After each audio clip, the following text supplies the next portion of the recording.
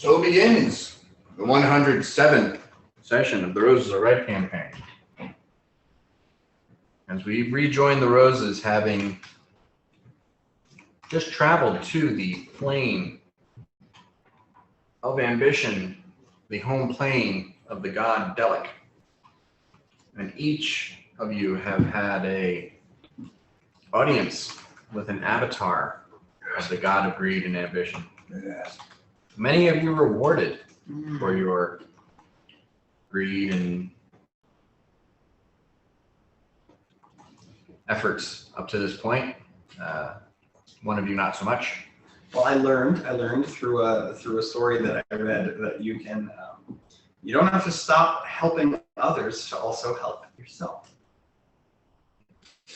So Largo's going to take that and he's going to put it in a compartment and he's going to think about it. Or chokes on his oatmeal when you say that. As I said, that was a tome of influence. Oh yeah, I also got +2 charisma and now my saves are redundant. Fuck yeah. And each of you spend some time in this sort of endless opium den / hookah bar that is the home plane of Delic until you get to a point where you really just kind of think, I'm kind of done, I want to go home. And after that, you wake up in your bed at the Cordesia estate. Fresh new linen sheets. Woo! Just recently purchased by Berg. Before you guys go there, I'm just curious.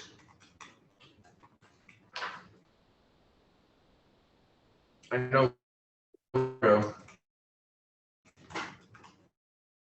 you can't leave until you finish reading the book. Yeah. So you spend about 6 days. Sure. Maybe less than that if you just. I take some time. I'm interested in kind of.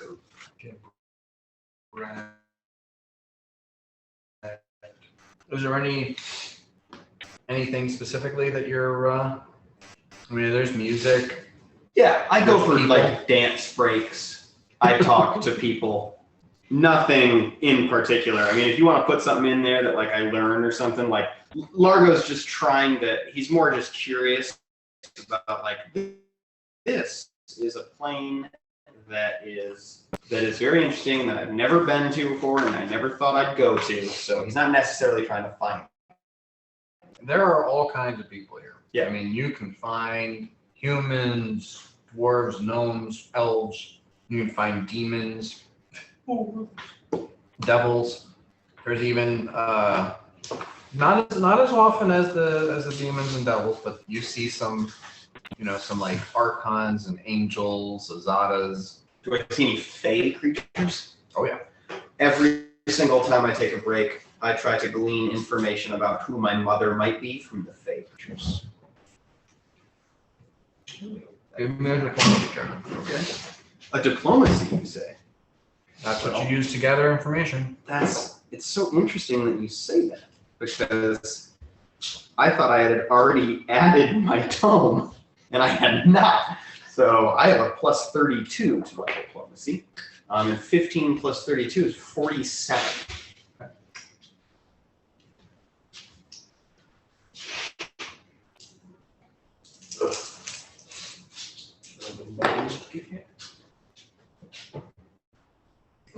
Okay.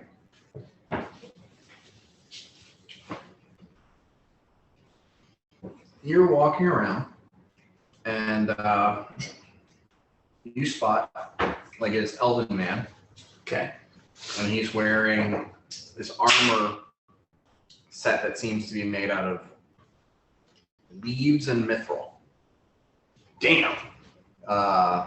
And you can just tell, like, the way the leaves are hanging, they're like, they look like they're dead, like different autumn colors, but they're linked into the armor in such a way that they're bearing weight. And you're like, oh god, that's got to be like magic shit. That's awesome.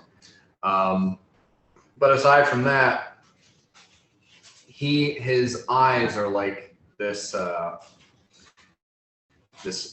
white flecked blue, just like the whole orb. You know, no pupil, no iris, just a solid blue with like these white flecks that kind of move around. Whoa. One of those. And he's got antlers that grow out of his head. You initially think it's a headdress, but no, those are coming right out of his skull. Dang. You have knowledge points? Yeah. You knowledge points. Fuck yeah, dude. I have knowledge points. Yeah, dude. I have fuck yeah, dude. I have knowledge points. +6. I'm gonna add an action die on there. Yeah. Okay. So 25. Okay. You recognize this to be an extremely powerful Fae. Okay. You think it's an Earl King, but you're not sure, like, much more beyond that. Just like they're elven looking with the deer antlers. This guy's pretty intense. But yeah, you know, you're probably they're on the high order of power as far as like. I keep on going back to this, but you know, they're like the pit fiends. You know, Okay. They're like up there with like Solars. Googling. You said Earl King? Yeah. Okay. I mean, you wouldn't. That's all you know on a 25. Is Sure. That this is. I'm not gonna metagame. I'm just doing an image search.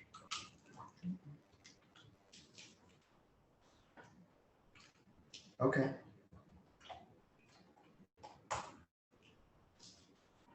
Well, all right. I didn't find a whole bunch because I didn't search it with Pathfinder, but that's my favorite one. Ooh, okay, that one's better. Oh yeah, that's really cool. That's fucking badass. All right. So something into that. All right. I approach. Okay. And I say, if I may entreat upon you, my Earl King friend, a question of the Fey realm. It is I, Largo the White, helper of the meek, and possible helper of myself in future days. He turns and looks like over you, and then Down here. Wow. Master Fayborn. Yes. Oh, wonderful that you already know that. I have been living with a mystery that perhaps you can solve. A mystery of my lineage. This is my first time to a plane such as this. My first time encountering an entity such as you. And if you may tell me, I have been informed that my mother still lives, and she has strong Fey blood inside of her, as I do. And I would like to know how to locate her so I may speak with her. I've never met her.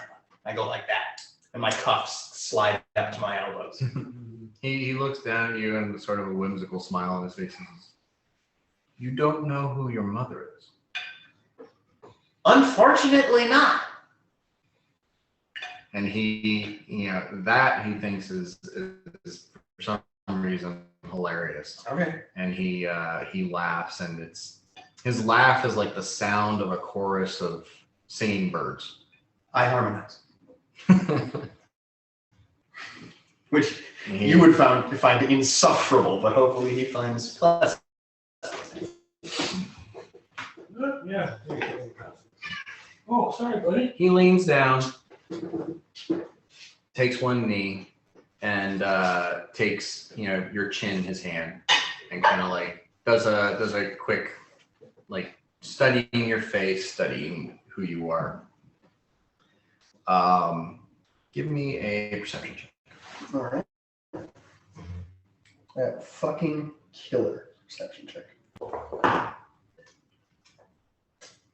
-7.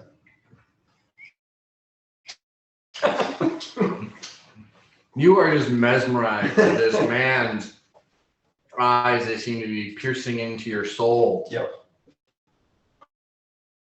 As he studies the lines of your face, and you assume he's like trying to figure out.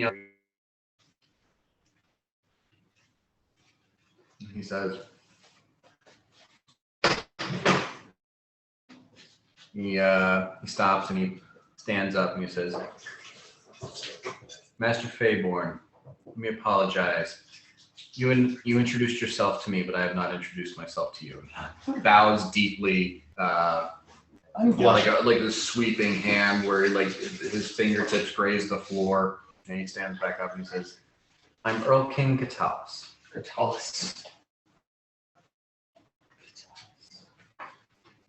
And I find it surprising, a little strange that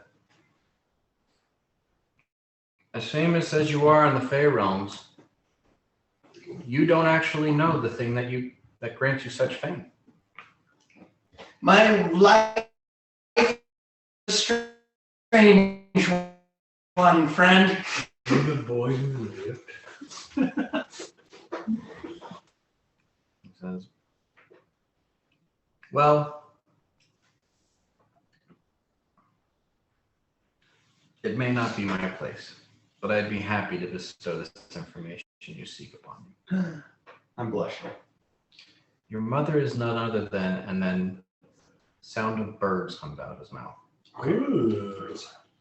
Give me a sense motive check. All of these things that I don't know You get an extra? how to do. I'm gonna add an action die. I don't use them very often, so another action die.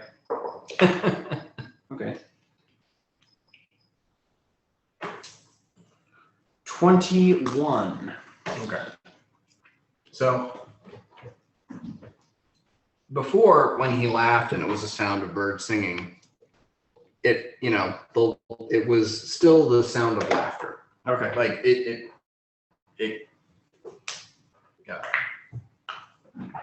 made sense, or okay, there's powerful Fae, and when he laughs, it sounds like birds singing. Yeah. That's This crazy. sounded like something like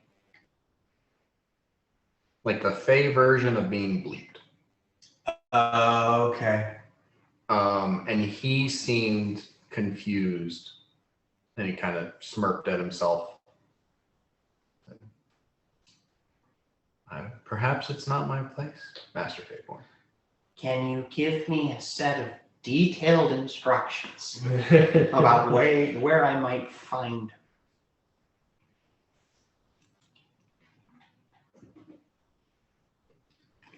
The thing about your mother is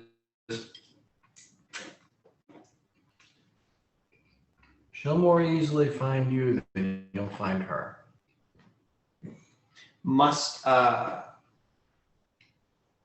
So the reason I'm famous in the Fey realm because I am the son of my mother. Did I gather that correctly?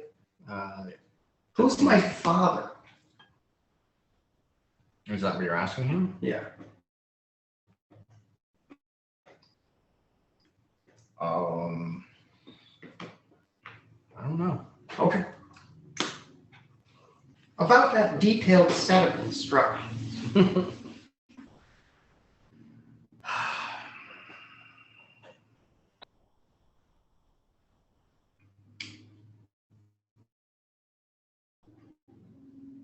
What was it you said you were told? I was told that my mother was a Fey creature and that I am Fey-born because I have half her blood.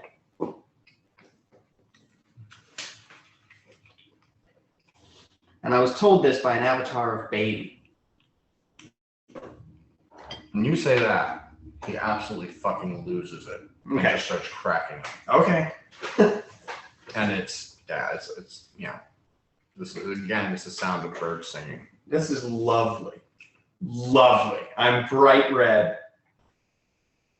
and just like, just basking in the strangeness. I think if any of the other roses are redder here, and it's all laughing and kind of like, who's my mom? You just beat him up. No, this is a very mystical moment. Yeah, it's good one to hear. So an avatar of baby told you that your mother was a fey creature, and that Yeah, pretty much. Very much. And that she still lives in the material plane. Strangely enough. I am 153 years old. Oh, dude. So much older than that. Yeah, that makes sense, right? Fake creature. And you bleeped out. Or you were unable to say the name. It was a beautiful sound. You were unable to say the name. Yes, can't ever recall that happening, but there must be some something in place to. I'm fairly certain I've said her name before. It must be something about relating that information to you. Perhaps there's some personal effort you must undertake. I will certainly try. Perhaps you would consider me telling you cheating. Fascinating. I need to get these bracers, you see, to help battle the Tarrasque on the prime material plane. And I was hoping she might be able to lend some information that would help me attain these bracers. You want to ask your mother where something is. Yes. Go onto the material plane. Find a nice babbling brook. Go into that brook and find the roundest, shiniest, smoothest pebble you can. Okay. And throw it in any direction. You're more likely to hit what you seek than your mother being able to tell you where it is. Fascinating. All right. I thought you were going to tell me, like, shove it up my ass or something. That's exactly where I thought he was going with it. No. That's humor even low for me. All right. Well, may I say it was an honor to meet you. Do you spend time in the prime material plane, or do you mainly hang out here? No, mostly in the Fey realm. I'm only here on business. Oh, business. Oh. It was actually quite fortuitous bumping into you. Oh, wonderful. I'm thrilled to bump into you. Would you mind if I were to send to you at a later date?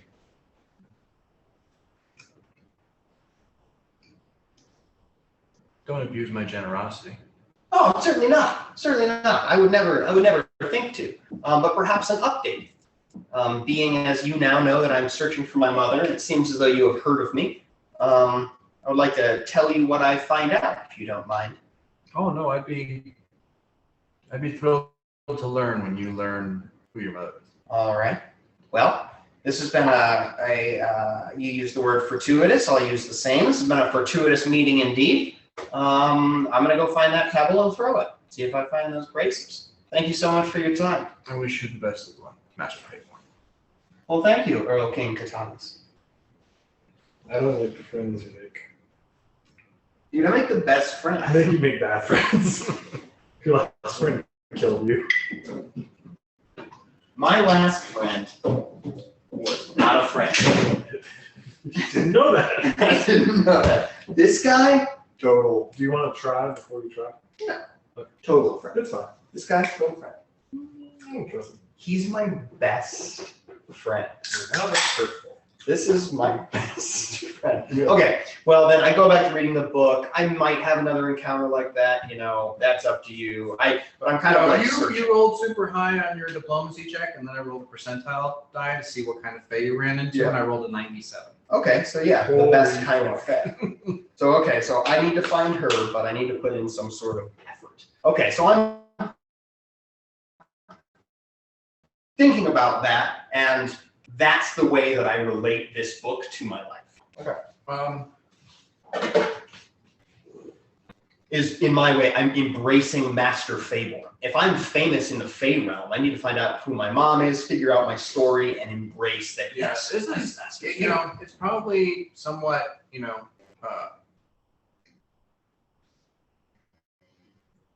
it's definitely intriguing, if not a little scary. Other people seem to know who you are better than you do.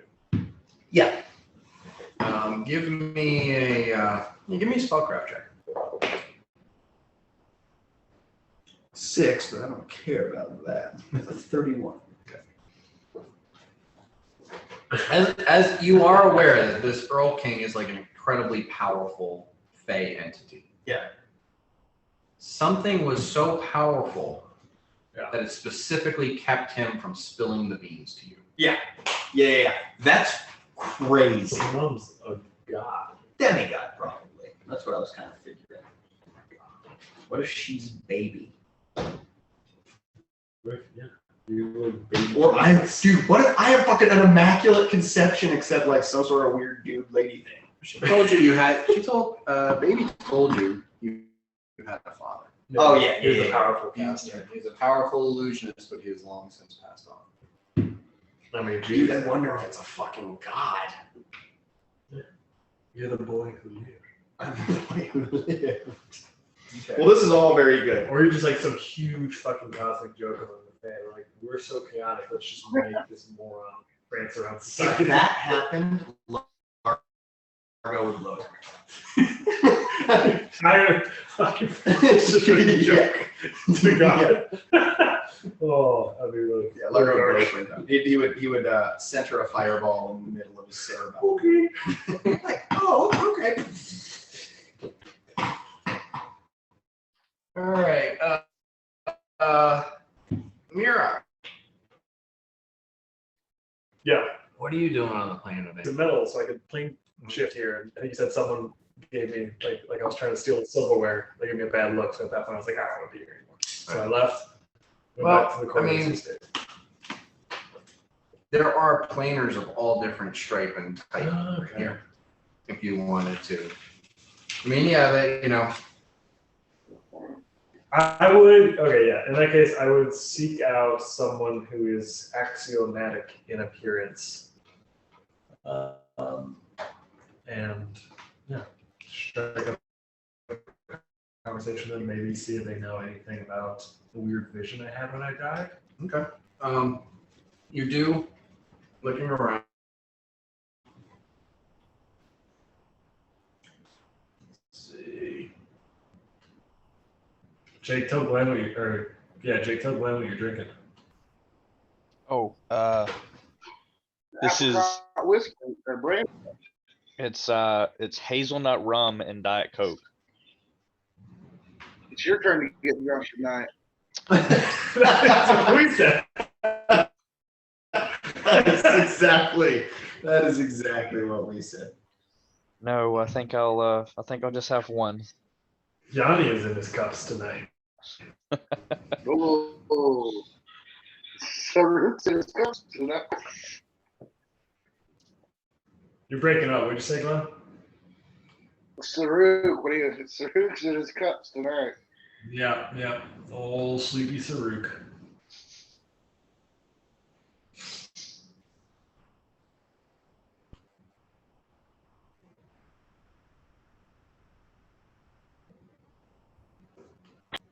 Yeah. So, hey, do I have two heads or did I get another one? You currently have chopped 2 heads off. All right. I was writing it down. Cool. Okay. So you find a 7 double slots. you find a well, it appears to be a construct of a man, like a mechanical being, same size and shape as a normal human, but obviously made of metal and gears and other workings. And he's wearing like a cloak that somewhat is meant to not disguise himself, just kind of reduce his profile, maybe this is something that pulled over him, the hood pulled down. Someone might not notice that he's mechanical, though he doesn't seem to be putting effort into that at the moment. And you recognize that this is a Kolyarut inevitable. Kolyarut. Kolyarut. Kolyarut. Yarut.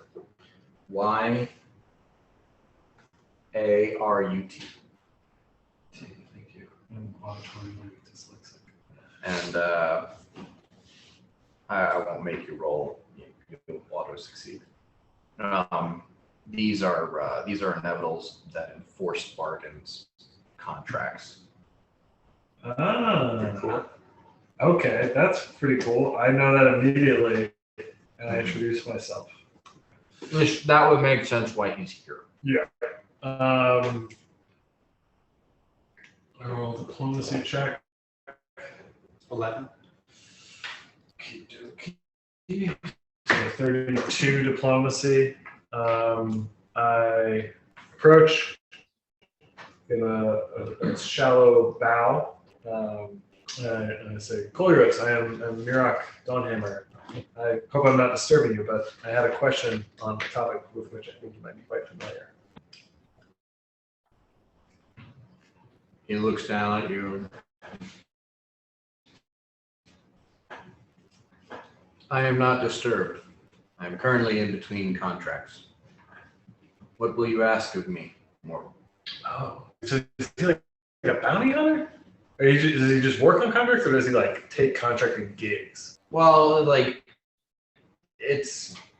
he's obviously speaking in the code of like contracts and legalese because that's his nature. Sure. Okay. And for him, probably what he considers a contract is when someone breaks a contract or bargain, and he is invoked into correcting that. Got it. Like on a cosmic sense. Got it. Cool. I tell him I am recently entered into a contract myself with a contract devil. And I'm curious if you might have any perspective that would allow me to save a man's life that is currently in flux. It is the crux of the contract. And I explained to him like the details as Mirak remembers them. And Right. you know, everything, it's a demon or a devil, it's split in two now, and et cetera, et cetera. You explain some of the details of this. And he says a contract between Mirak Dawnhammer and Dulaine Sword of Delic. And he stops and he cocks his head up. And you can see his eyes kind of glow blue. Oh, sweet. And he looks down at you and he says, and this Dulaine devil, as you say, has been split into two different creatures? Yeah, I believe Duquesne and Duvain. Oh, that's the cane. And that's all right. They go to Grimsby High School. It says, well, unfortunately, it seems that the only way that this contract can be nullified at this point is by Dulaine. There is nothing in the contract that says the contract is void should he die. Mm-hmm. There's nothing in the contract that says it's void should he no longer exist. Mm-hmm.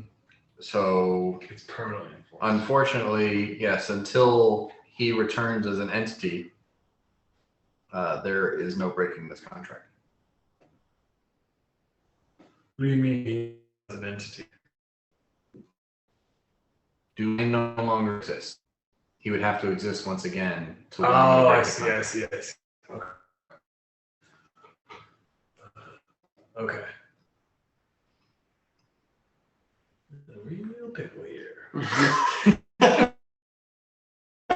I guess Pickle Rick. I guess Alex Tanner is in a. And you like he just has eyes. Like the voice just comes out of this metal face. There's no mouth. There's nothing moving there.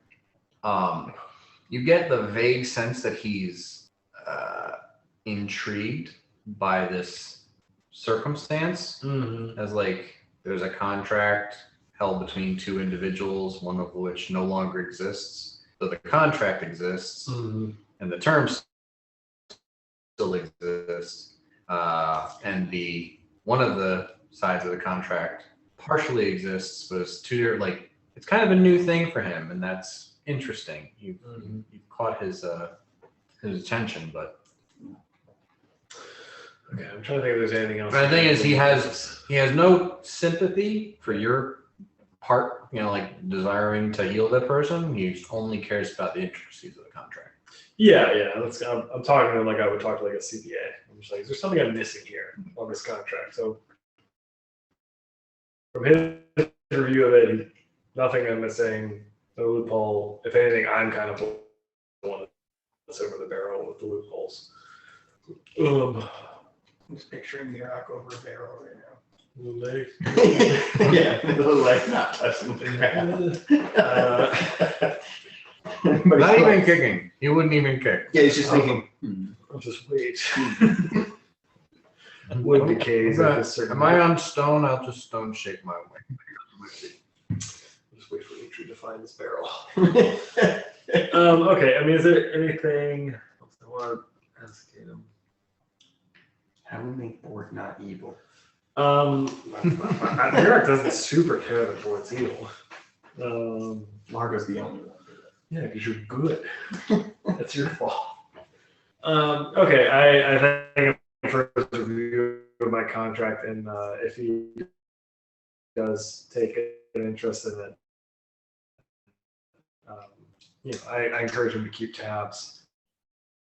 And while I'm here, or I could maybe find magical bracers.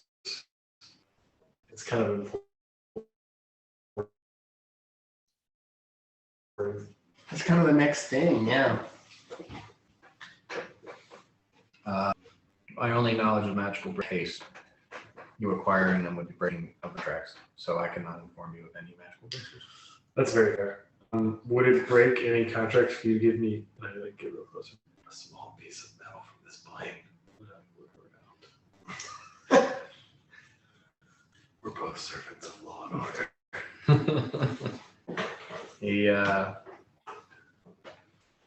He looks up, looks down at you, reaches under his cloak and pulls out a bar of metal that goes straight up, 90-degree angle, halfway back. Okay, so I got to pick up this.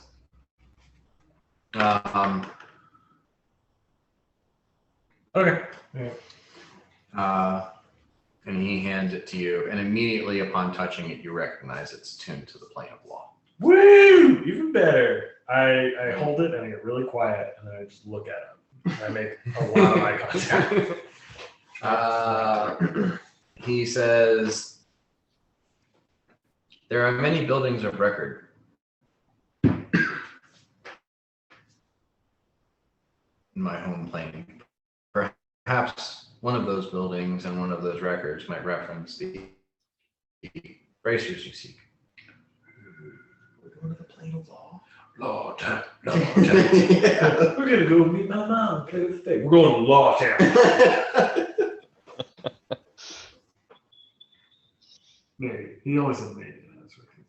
Be sure not to transgress or trespass while you are there. Oh god, I can't take any of you guys to the You fucking law. can take me, dude. You You can take me. you're- I'm weird, but I'm not gonna break any laws. caused an international incident last year. That wasn't breaking the law. That was me standing up for the Dutch. It was a norm, bro. Yeah, I broke Well, the law. that's you got to take Largo, right? Because when you come back, who knows where you're gonna be on the prime material plane? You'll need him to greater teleport. Also very true. Yeah, plane shift is really. You tough need to get take around. me pretty much anywhere. Just That- saying. I'm glad you said that. That will stay in Mirak's head for a minute. What was saying? I said you need to take me pretty much anywhere. Cool. At that, I thank the inevitable, and again, encourage him to keep an eye on my contract since it seems so interesting to him. We'll see how it plays out. I am a glass cannon and you are a ball maker. Okay. And yeah, then I head back to Cordel's estate. All right. Uhtred, you are in this endless den of gluttony. Every kind of alcohol flows freely here. There is wine and women and dancing and anything you could want. Any reward you would ask of your awesomeness is here for the taking, except monetary. Okay. And What are you doing with your time on the plane of ambition? I know exactly what I'm doing.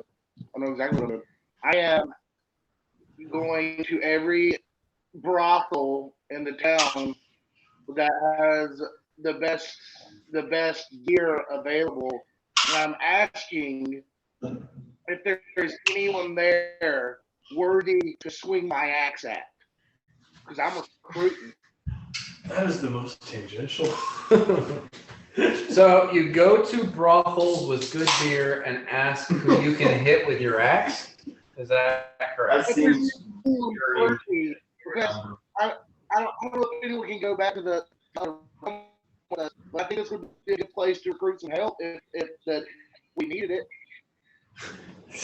we just can't hear you. It's breaking up, man. Yeah, it's very choppy. Having some trouble, but Yanni, are you getting the same thing, or is it just us here at the home base? Oh, it's garbage. It's like every third word. Yanni, okay. you go. I'll reset it. You go, Okay. I'll stay. No following. All right, Yanni, you are in the plane of ambition. Maybe having a little bit of strange feelings about all of the drugs and immoral behavior surrounding you. Mm-hmm. But I imagine I'm not super comfortable, but then a thought occurs to me. And I look for anyone that looks like they could be from the Stone Tiger clan from, Nokiri. They might have information on the trial that produces epic weapons. That's if I strike out there, then I would promptly get the hell out of the plane of ambitious. okay.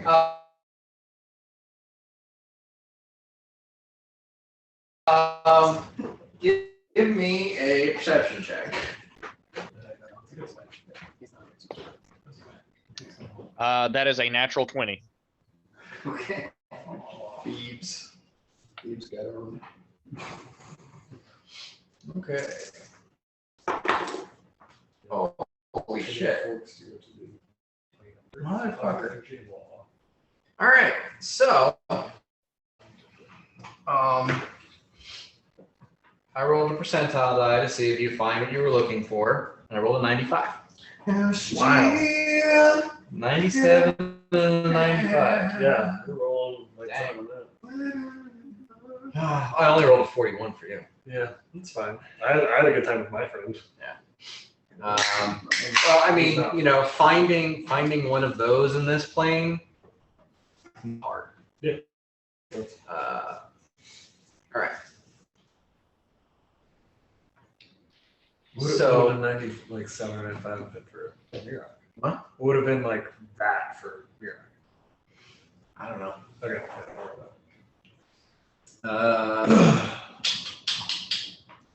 So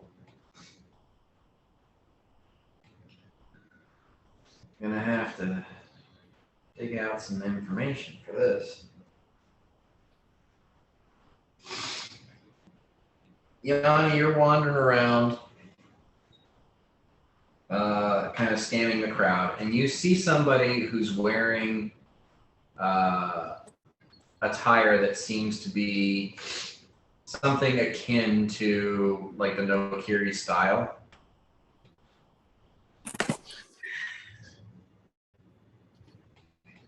So you head over there to check this guy out. And when you get right up on him, you're a little disappointed. He's wearing the style, but it appears to be the colors of Delic, green and black with gold trim. But he's wearing like this sort of imperial kimono style, like very affluent, very high ranking. But on top of everything else, you know that in Nokiri there is no house dedicated to Delic. Huh. So you're a little surprised, a little confused at what this person who is very clearly, of a similar style is wearing what appears to be an officious garb of a house that doesn't exist in Nokiri. But I assume you're approaching him to talk to him? Yeah. So, hello, stranger. I am guessing you're from the Nokiri Empire, but I'm not familiar with the any house that would worship Delic. He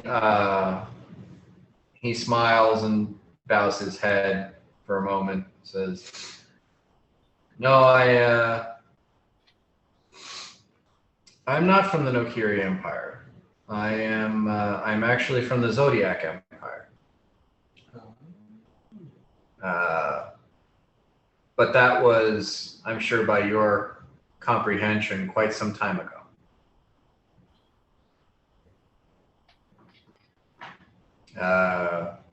He says, "I am here to receive my final reward. But no, what was my homeland was the predecessor to the Nokiri Empire and the Nishang Empire. And the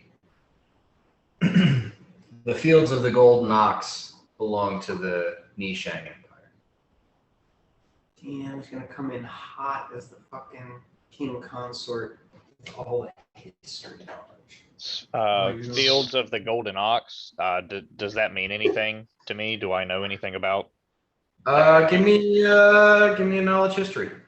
Is he implying that Yisheng are contemporary? They just like control a different part of what used to be the Zodiac Empire? Checking out my question. 37. So a long time ago, Nishang and Nokiri were once one massive country known as the Zodiac Empire. There was a civil war, and the country was split in two: 6 houses going to Nokiri and 6 houses going to Nishang. And each of the houses worshipped a different god. The Fields of the Golden Ox was the house of the worshippers of Delic. They over time adopted some slight naming convention differences. It's your fiance is from the house of the Onyx Serpent, and in Nokiri it's all the house of this, the house of that, or the house or the clan. But in Nishang, they have a more artistic version of it. So like the stand of the rust wolf, the range of the pumice rat, the ruins of the coral koi, steps of the emerald ram, fields of the golden ox, and the grove of the oaken rabbit. They just have a more poetic way of separating their country different factions. I know. Yeah. I know. So he says, We're losing them. uh-oh. Yeah, sorry. Yeah, it said we have an unstable. I got it all. It just took. I didn't even check my. Okay. So yeah, he asks, you don't look Nokiri to me. What's your interest? I am betrothed to someone in the Nokiri Empire, and it's I've recently learned of some sort of trial the House of the Stone Tiger performs and bestows weapons of epic proportions. I was just curious if you knew of such things. Oh, the trial of Stone Tiger. Must have been quite some time since the last one of those. But no, I did once get to see such a trial myself. Quite impressive. Back, as I said, during the Zodiac Empire, the weapon is not a physical thing. The trial hones the weapon that is the warrior. Ooh. You gotta go battle there. Well, that sounds right up my alley. Or someone who needs to chop the head off of someone worthy. Or tread, as I like to call It tread. I'm sure it has changed since I've seen it, as there were mortals competing in it. I'm sure the same people don't still exist, but it was a one against many battle. Someone had to prove themselves to be not just greater than a foe, but greater than all their foes.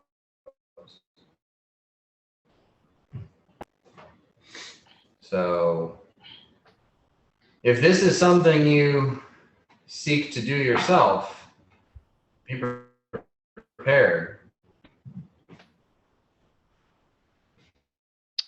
I am You always will be one prepared. against many.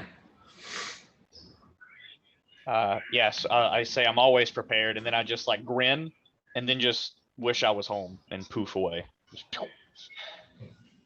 Just so you know, none of you were told that that's how it works. Then I would not be able to do that. I don't guess. No, you guys wander around until you get annoyed, and then you kind of like, I don't want to be here anymore, and then you leave. It's no one told you that that's how it works. It's just assume that you'll sooner or later. It's also assumed that you might not ever leave because you might always just want to stay here. So Interesting. people only leave if they want to. And time moves differently here, right? Yeah. And he's talking to somebody who died thousands of years ago. Yeah. So okay, yeah, then I would thank him for his time and ask his name. My name is Lee Wan. Lee Wan, thank you again. It's been a pleasure. Enjoy your reward. I have been doing so, and I will continue to do so. Good luck in your travels, sir.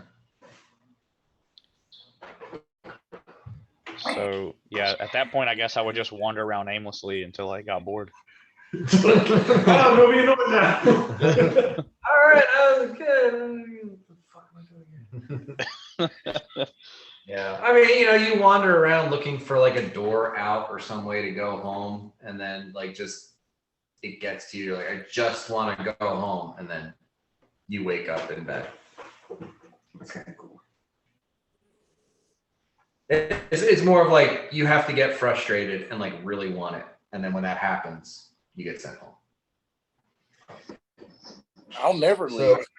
So that's the equivalent of like 700 years. Yeah. Years. All right. Apple. All right, so tell us about Uhtred and the Plane of Ambition. Well, can you guys hear me or not? Yes, Very clear. much better. Yeah, this is better. Yeah, so I'm going to the brothels to fill my belly with ale and see the nice women. And I was asking if there is anyone there worthy enough to cross blades with.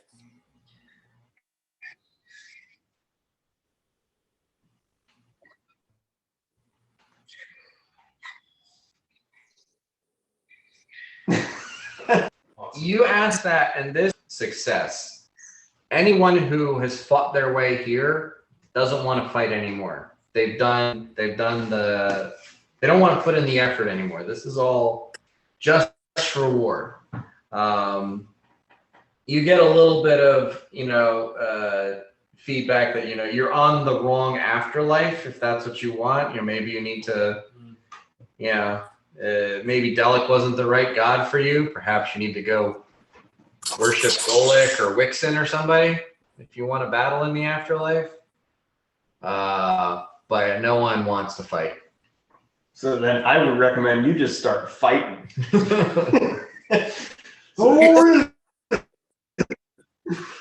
Anyways, I started blasting. Anyway, I was bang, bang. Yeah, so I mean, the reason I was doing that was just trying to see if there was any like strong people there that would want to help us later. But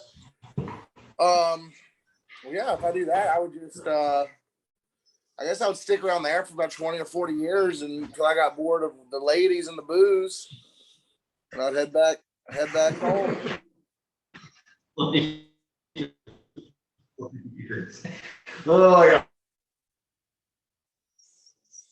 gotta go back home to the wife. Years worth, but I'm feeling kind of topped off. Works on a lot of levels. It's like Uhtred's pretty simple, man. By the alien space particle. Yeah. He gets the flute. Yeah. Yeah, I love that. That's my favorite one. I mean, I feel like it would kind of sour on you. You're like, oh, cool, there's ales and women, but all these like dudes don't want to fight anymore. Like this is it's like in Pirates of the Caribbean when they like get the treasure, but then it curses them. Yeah. It's like if you're not fighting, like what's the fucking point? Yeah, that's what I'm saying. I was joking about the timeline, but it was just I would just get bored of the booze and ale and then want to leave. Because Uhtred wants to fight. Uhtred, he wants to eat and drink and shit and fucking fight. But it takes him 20 to 40 years to get to the point where he's like, well, I did all drinking and I Doesn't count if you're really late. The real question is does Bort ever make it back? That was the one I was really like, I don't like Bort legitimately like spent centuries. I think it would be fun to think that he spends like 1,000 years there, but then just blinks back on the same night. Oh. Hey. I kind of feel like he might actually not take as long as Uhtred. He might be there for, 2 or 3 months and then realize his sack of weed is empty. Oh yeah, yeah. Oh man, I really need to get back to Erica and get my weed hookup. Yeah, Not realizing that there's fuck tons of weed everywhere here. He's just not thinking, smart. yeah. Yeah, I like that. Well, just having like that moment of, like being high and thinking, oh shit, I'm totally out of weed. And that might happen 300. He might be smart enough many, many times to realize, oh, I can get whatever drugs I want right here. But one point in time, he's thinking, I gotta get back to Erica. I'm totally out of pot. And then, Shit.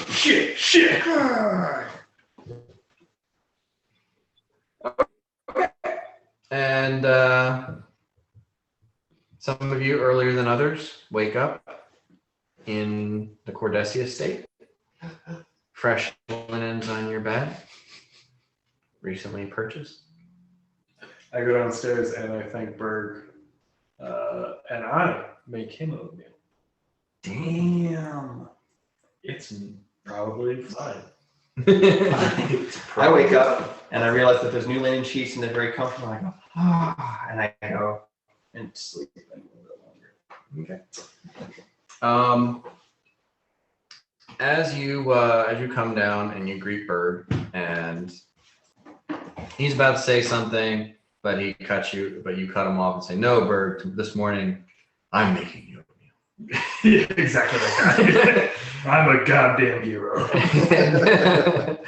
And he lets you pass, and you start cooking the oatmeal, and he says, "I know it's early, but you might have missed that there are several chests sitting on the dining room table. They all arrived yesterday." I do like a hard do what? And I just like look over my shoulder. So you look over, and sitting there on the on the table is a row of 6 different sized chests, or boxes, chests, various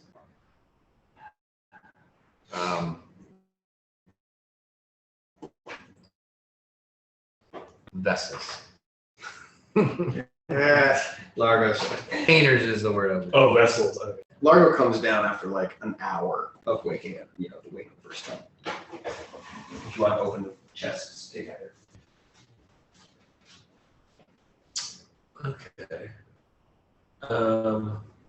I stop making the oatmeal once.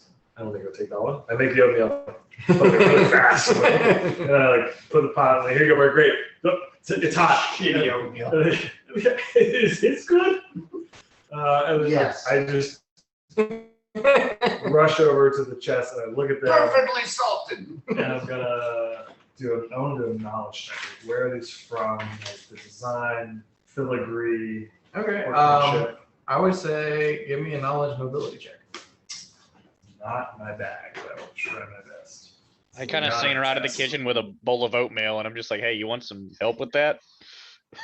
And I look up at you, and I'm really confused because I just made that oatmeal. It's like really hot, and you're eating it like it's no problem. But yeah, I definitely do. And my knowledge and ability check is a 19. 19.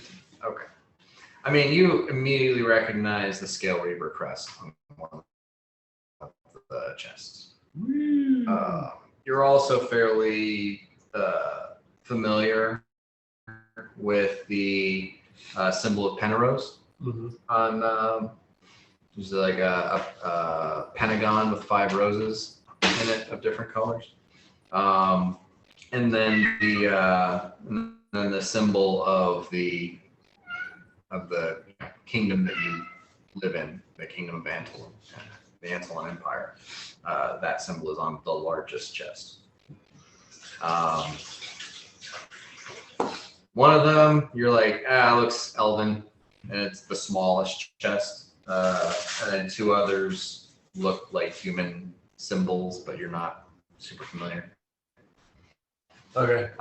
Yanni, give me your knowledge and ability. Fucking Solomon is like, yeah, we'll give him a box. Here's some leaves. 28. You guys know what to do with this, right? Okay. So yeah, you recognize that the elven box is, the symbol of the Kingdom of Solomon. That the 2 the 2 human ones that Mirak was having trouble with were from Senton and Kyra. Largo's coming down the stairs. It's not my No. fault. Ooh! I've never seen the symbol of Kyla. I'm blind. Down the house.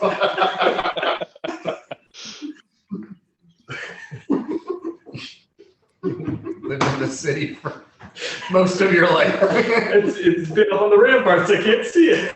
It's too hot. It was always too hot.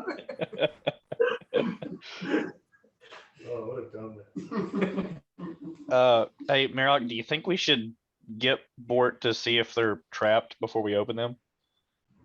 I point to the Scale Reaver one and I say if that's trapped, and then I point at the Anton one. I say if that's trapped, we're already fucked. Yeah, that means like there's an army in the courtyard. Yeah. And Largo. Okay. Mm. I do one of these. Oh wow. Yeah, boxer shorts. Just in case any of you were wondering, like when you passed by Bort's room, he was snoring loudly. I believe Largo does have to work. He does. Yeah, this is for kind of So listen. I think Mirok's room is first floor. Yeah, it's like behind the stairs. It's like what used to be the study, I think. Yep, that's it. All right. Uhtred is probably also snoring upstairs. We should, That's right. With us? Yeah, right. we should wait for them to wake up. Okay. I'm just gonna real quick check the. Before we do that, how much copper you got? I have like 100 pieces of copper. Mirok asks for 2 silver worth. Should be 20? Yeah. Oh, give me 20 copper. He said, I need 20 copper. Okay, I'll give you 20 copper. Okay. And then Mirok leaves the house for a little bit and comes back later to do the thing we texted about. To order. 20 copper? Yeah, I was short 20. For the order, the 2-day rush. Right. 20 copper would be 2 silver. Yeah, I was 2 silver short. You had a. I was 2 silver short of the 2-day rush. I was like, I can get that. Largo just, yeah, unquestionably. Unquestionably.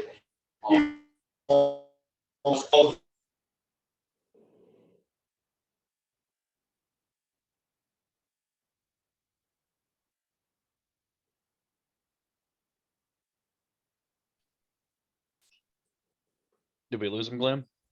Yeah, I can hear you. They've been choppy the whole time for me, though. Yeah, they have for me as well. It hasn't been the best connectivity. No. So yeah, a measly 20 or 40 years in the realm of ambition for you. I imagine like as soon as the conversation just like kind of petered out with the guy I was talking to, you want to just be like, I don't want to be here anymore. This place is dicky. I was just trying to. I thought maybe we could like figure out another strong ally. Well, I figured you were just trying to find people to fight, like to, beef your axe up.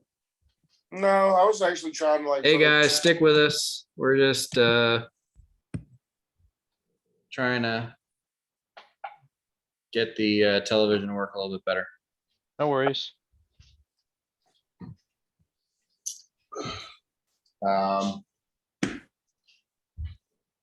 So. Oh yay! Oh,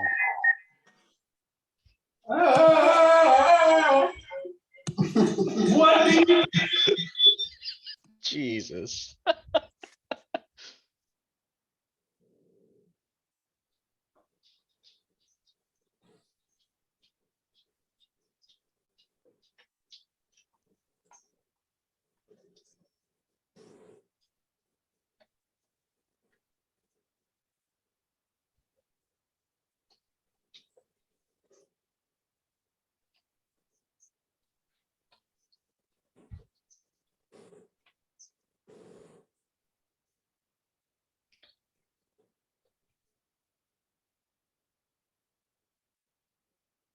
It's showing you guys as muted.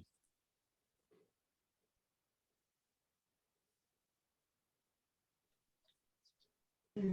There we go. There we go. Chris, everything good? Yeah. Okay. Clear, better, stronger? Significantly better, faster, stronger. Cool.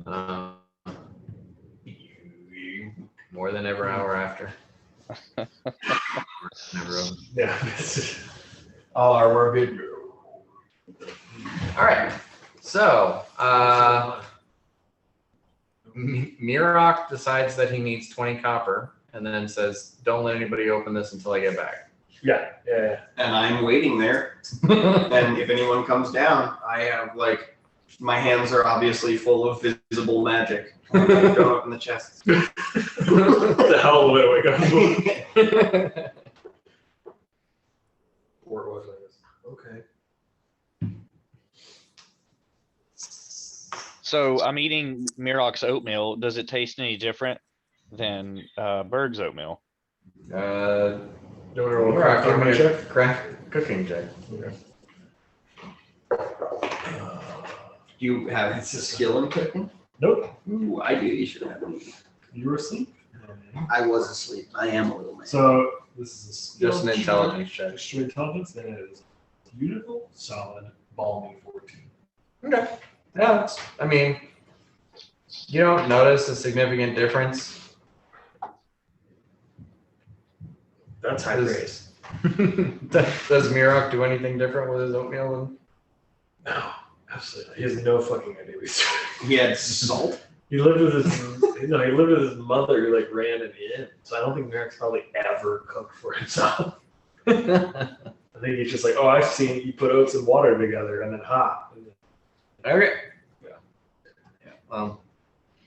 Berg's not on purpose not doing anything fancy with his oatmeal. So, all right. So with that, Mirok returns after being gone for about half an hour. Thank God. I'm sweating. I was I running. released the magic. You release the magic, and you see Bort standing behind you with the small elven box just open, looking inside. Never saw him get past you or pick it up. Damn it. It's very important. It's like they sent us some bars, and he kind of tips the chest to, and it's maybe about this big, and inside there are 8 sort of lavender pinkish metal bars sitting in there. And there's a letter that says that it is a gift from Lord Elwarin McGrathan and Lady Lesia Mathalis of Solomon, to the Roses Are Red, and hopes of supporting the effort Nice. to defeat the Duskbringer and save the continent. Is it rose gold? No, it is. These are bars of pure mithril. Holy They are fuck. Fuck. They are worth 1,000 gold pieces each. And there's 8 of them? See? And Like, Largo in says, this- see, that's what I'm saying. In this form, this is what you need to add to steel to make the armor metal. They are so light that when you throw them up in the air, they drift down like a feather. But they are, so they kind of have like, kind of like aerogel, if you've ever seen that. They're nearly weightless. Largo loses himself for a second, grabs one, and then lets it drop down. Oh, when you bite it, you leave teeth marks. It's very soft. Yeah, it drops down and goes, God damn! I snatched it up and I put it back in the box. I shut the box and I put it there. Let's be a little bit more restrained when we open the rest of the box. I was just checking it for purity. I'm looking at you and Bort. Both you. Both you. Where it's like, yeah, no problem. Walks by and flips up all the lids at the same time. I mean, it's probably shit. That's just what the elves in us. I mean, we left a bad taste. Well, Dakuta left a bad taste in the elves' mouth. The scale reaver, the scale reaver box is the is the second largest, or the second smallest. And inside there are 4 rows of 25 per row platinum rings. God damn. 4 rows of 25. So yeah, okay. Oh wait, no, 4 rows of 250. I'm sorry. So Holy about shit. Okay. So 10, that's worth 10,000 platinum or 10,000 gold. I'm Oh sorry. my god. Oh my god. That's what Largo says in a weirdly deep voice. Oh my god. I mean, each one of these has like a note saying that, you know, from this one says from Dane Jurgen Scale Reaver. I try to take one of the rings and I go, what are you gonna do with it? I'm gonna get like some freaking slippers or something. Here's some money to save. I'm gonna get some slippies. I'm gonna spend this on hats. Oh, hats. But yeah, it says from Dane Jurgen Scale Reaver to my brother and his compatriots. Oh, damn, brother. Brother? Holy shit, Uhtred. That's right.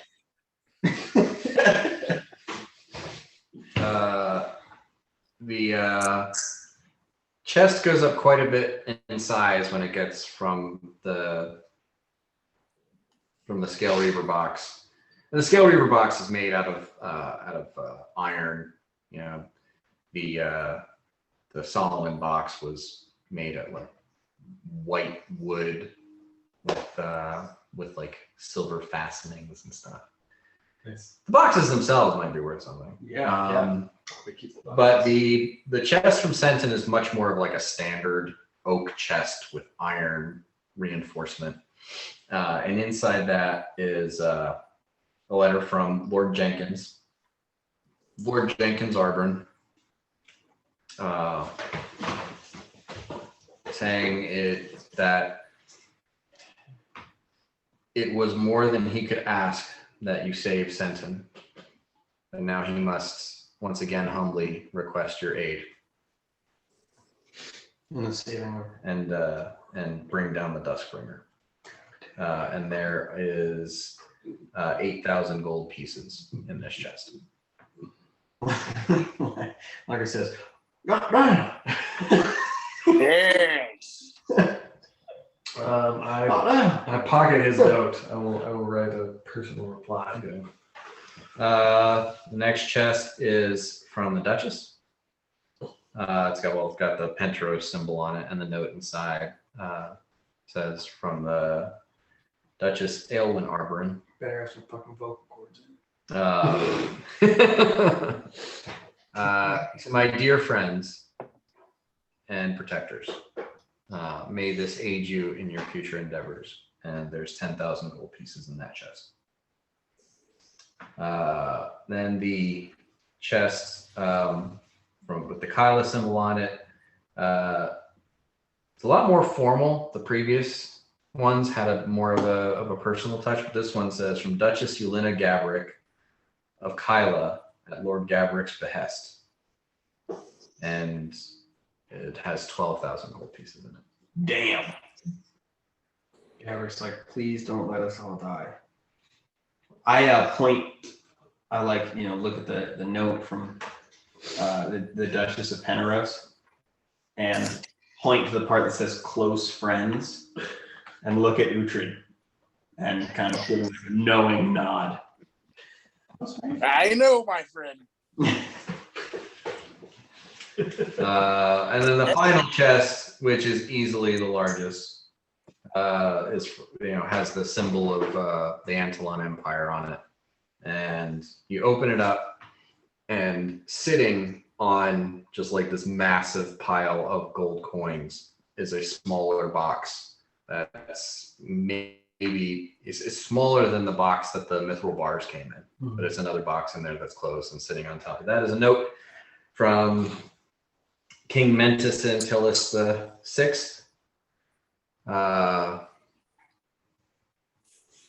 who says, "Our land is once again in dire peril.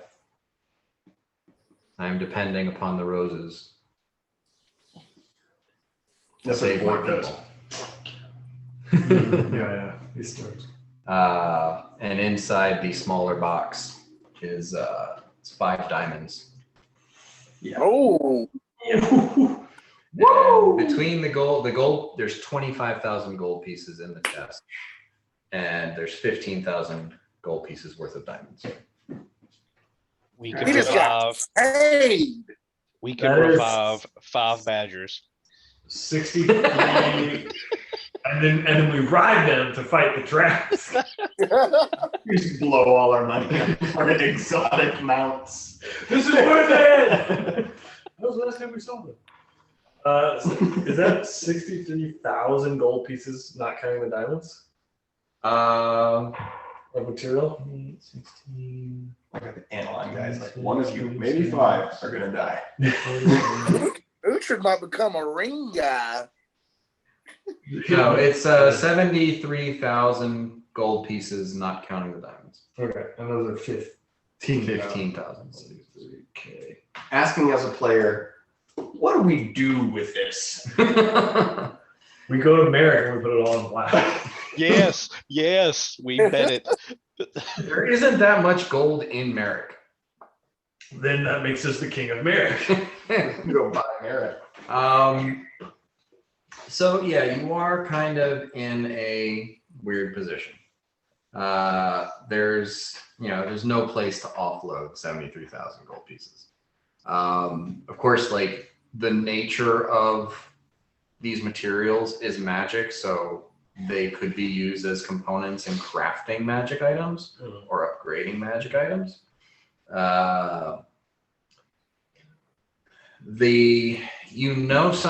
Some individuals that might have something that you can buy from them that's worth something that's worth this much, and you have the option, if you can acquire a magic item, then you can trade it with the Mercane for something about half that value. And Bort will chime in, hey guys, so when I was in the Plane of Ambition, they told me that, if I wanted to like go to the Black Marble Vault, I could trade money there to get stuff that's in those rooms or those hallways. So if we need like a gold encrusted horn, I could buy one there. Or if we need more diamonds, I could trade for those too. There's a charge, but You're not gonna find that shit anywhere else. What would be the thing that we would seek there? My only thought, Largo's thinking about the bracers right now, and I feel like us as players, like that's the kind of the next step. Well, there's another thing we need. Yeah. Yeah, I don't have the list in my head. We need a throat. We need heads for Uhtred. Bort needs to stab righteous people. Yeah. We need bracers. So a couple We of need them bracers. kill more people, but like object-wise, we just need the objects that we specifically need are the vocal cords of Mercury Dragon and the bracers. Yeah. And then the other things are related to killing lots of things. Which hopefully we'll find on the way. Yeah. I'm personally inclined to pursue the Stone Tiger thing. Because that's multiple enemies that either Yanni or Uhtred can fight Okay. that will acquire us a powerful weapon. Okay. I can do some divination magic and stuff. Well, try to reach out to my mom a little bit. something that, was made clear to Yanni, if he's sharing this information, because you weren't there. That's right. Yanni was made very clear to you that it's one against many. You don't get help in this fight. Yeah. Yeah. I think I would present that to the group as like, this is an opportunity for me to go and die or come back stronger. What would it gain for us just as players? Like, what would that gain for us to fight the Tarask? Right? Because like Uhtred is on a quest to get a Vorpal Blade. Bort killing good people, that also is like on a quest for a Vorpal Blade. It's going to empower his swords. Power sword. Okay. And that was one of the things that, like the Tarask is a creature spawned of the gods. Mhm. Weapons of mortal make are not sufficient to damage it.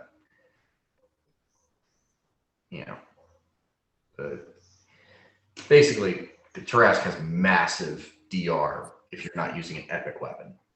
Okay. So you need something that's beyond what mortals can craft. For each of our martials, basically. So yeah. Okay. So that might be a path. And technically, Uhtred kind of has that because his weapon is, gets a +2 when he's raging. Mm-hmm. So it's a +4, and then it goes to a +6, which is what you need.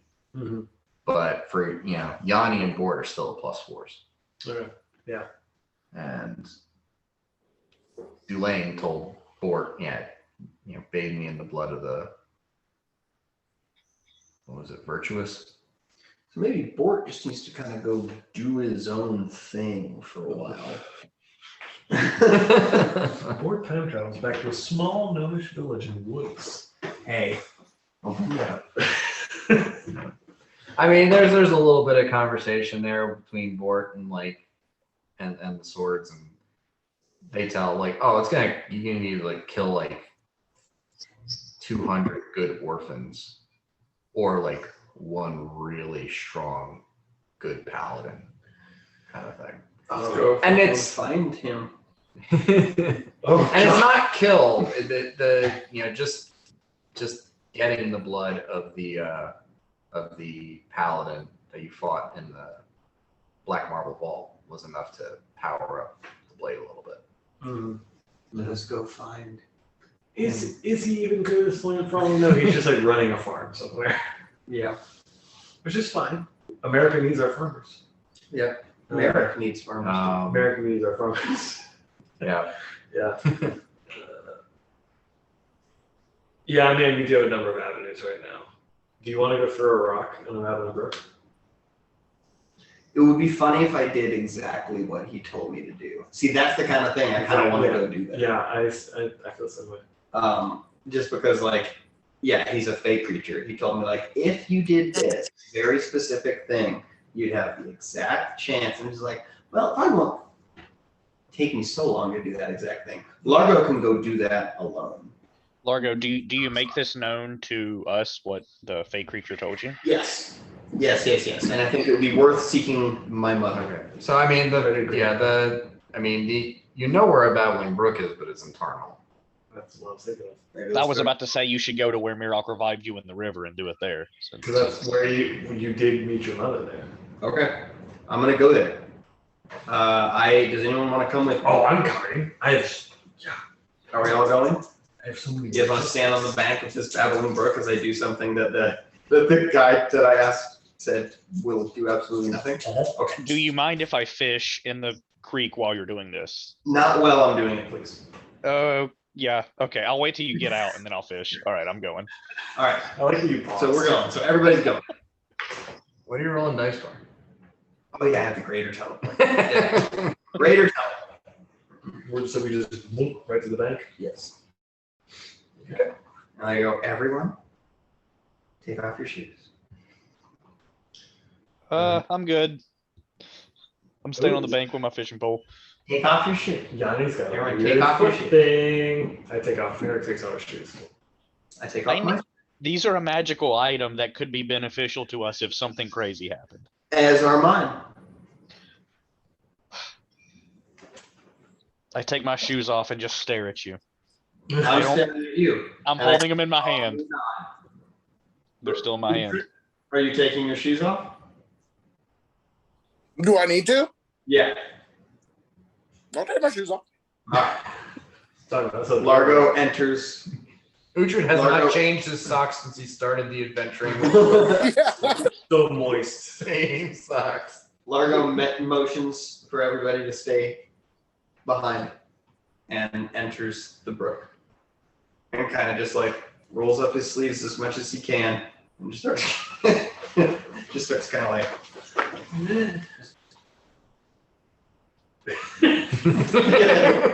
of shuffling along, feeling for the smoothest rock I can find. Give me a perception check. I search for a while. If it goes on for a while. 33. I rolled a natural 20. Okay. Yeah. as if by divine providence, you reach down, you feel this smooth rock, you pull it up, and it is this. It looks like it's a like some sort of a sediment stone made entirely of, pressed like rose quartz sand. So it's just like very pink, slightly sparkly and extremely smooth stone. And you have the stone. We're gonna be so powerful now.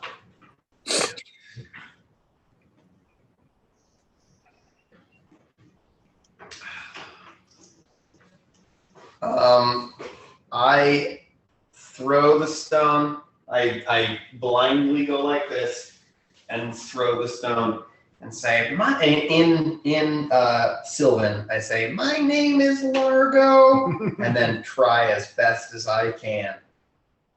My dearest triplets love little baby. Okay.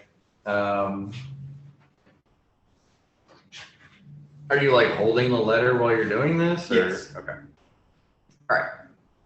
So you give me an attack roll. An attack roll? Yeah. You're throwing a rock. Okay, yeah, I am throwing a rock. Well, okay, so modified by dexterity. Yeah. Cool. It's plus 0. 15. 15. Okay. You guys see Largo like holding his eyes closed and winding up, and it's like he's coming, like he's kind of facing you. Like ah! He turns and whips the rock out into the middle of the river. And as the rock leaves Largo's hand, Largo, you hear in your head, Largo, this is Aelorn. Mm-hmm. I've done some research and I think I have a lead on those resonance bracers. Fascinating. And I go, are you my mother? I say that. I mean, this is a very intense moment. It's a bad time for me. Yeah, he's not hearing the tenor of any of the guy's voice. He just heard someone talk. Yeah. Yeah. And like there's a moment, and then you hear Aelorn's voice again. No, I am not your mother, Largo. Okay, so I throw the thing, and then you see my eyes pop open. You all see my eyes pop open. I put my hand up like this. And go, You know how sending works. yeah, totally. And then I send to him. And then I send to him, and I go, I apologize for what I said. I am in the middle of something very intense. Shall we come to you?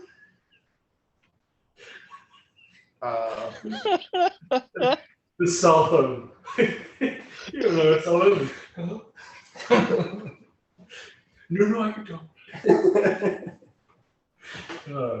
That's good. So, yeah. So you send to him for this, Yes. or you just reply? I'm replying.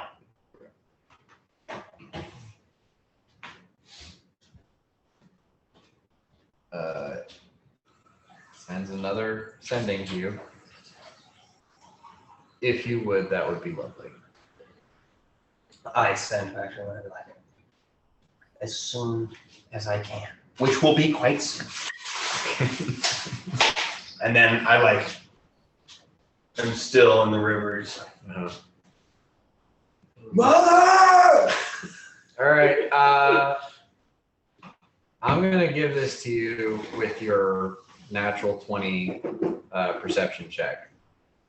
You notice that the note has a faint magic aura on it.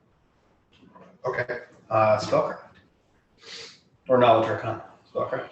Well, I mean, yeah. Cast detect magic. Okay. Detect magic. Spellcraft. 28. It does have a faint magical aura on it, focused on the letters, the wording that's Okay. written, giving a. It's faint, and it's sort of a mixture. One, you realize that this is divine magic.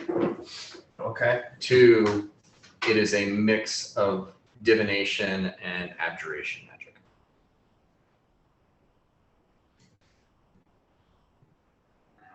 And I can't figure out anything else about it. Divination and abjuration.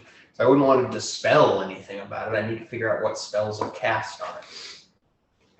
Maybe dispel the abjuration.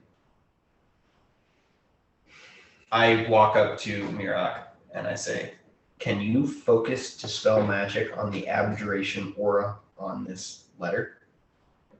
I look at it and do I also need to do like a spellcraft to like see what he's talking about? Yeah, if you want.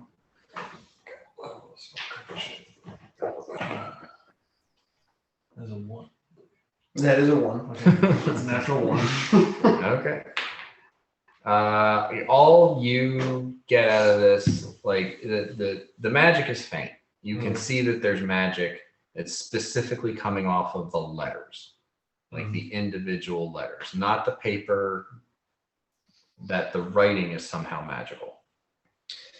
Yeah. Okay. I'd say that to you. Like, it's the letters, right? You know it's the letters, not the paper.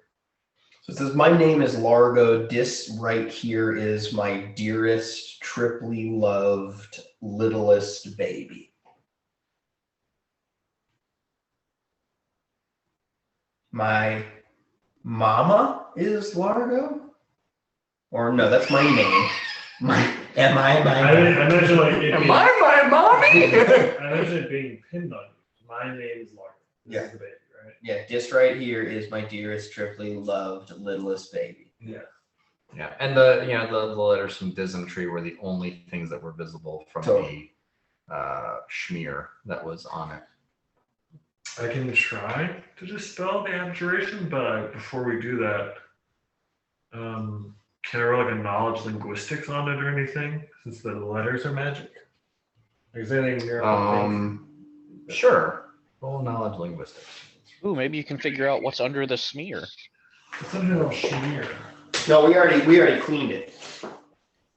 We already cleaned it and then did psychedelics with it. That was very good. So 37. I do not have Tear Swarm active. Okay. Studying this very carefully, you are getting a vague pattern, like from the broken nature of the crayon, that there's something to that. Is it written on top of something that has texture? So like, it's. He said again about like. So like the crayon is almost as though, like there's hidden patterns within the broken nature of the crayon lines. Is it like the Let's do a vibe perception. trying to ghostwrite a headstone, or is it not like that? Before I look dumb, Or like, is this can physical I do a letter, perception check? or is this like, where I start to be like, oh, this A is backwards, like. No, it's like I guess what the kind of thing that I'm talking about is it's almost as though someone has kind of like written over top of words with other words until it creates this like broken sort of concept of a line. If you're right, there is a lot more written there than what it looks like is. Okay. What were you saying, Utru? I was just saying, can I do just a? I don't know if that would actually work. I was gonna do a perception check or like a knowledge. Never mind. I was gonna do a perception check, I guess, to see if if I could just figure it out. You know, maybe they're dumb, but upside down is quite easy. Don't think too hard about the problem. Okay, I'm thinking really hard. Don't think too hard about the problem. Okay, thank you. Okay, so yeah, it seems like there's been letters written on top of letters. I mean, Alorn just contacted me. We could continue thinking about it while also showing it to Alorn.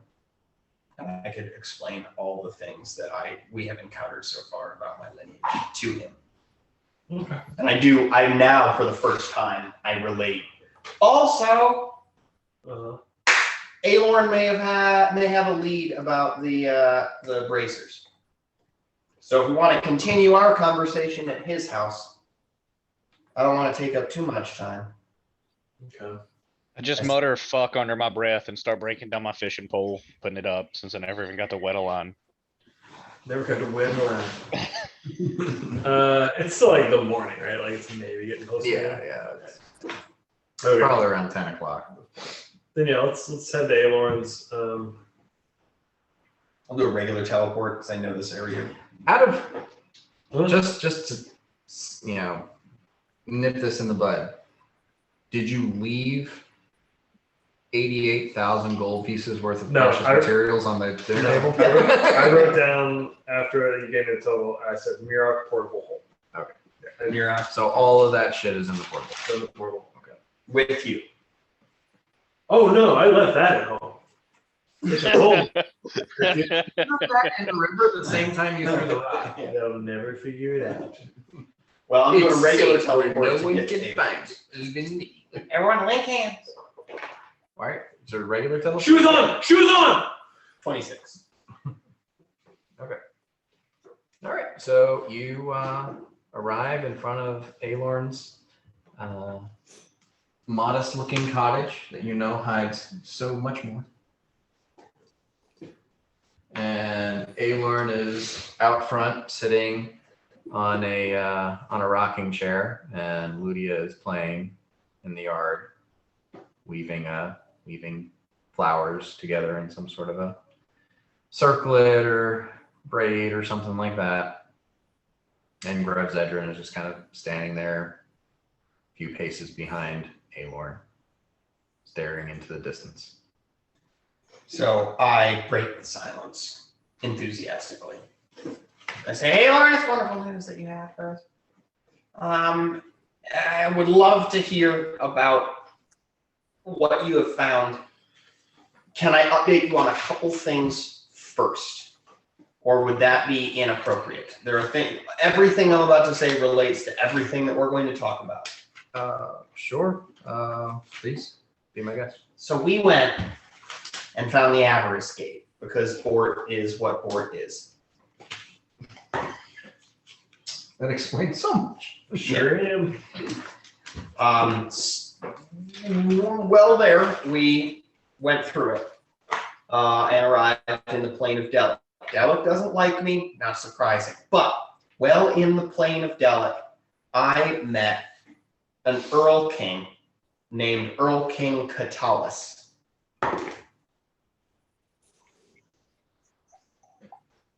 And he knew me and called me Master Faborn and thought it was the funniest thing that he'd ever heard that I didn't know who my mother was, because apparently everyone in the Fey realm knows me because they know who my mother is. And then I said, can you tell me who my mother is? And he got bleeped out by bird sounds.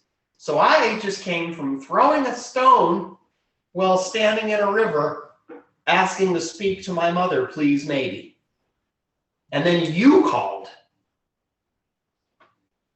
So that's where the weird question came.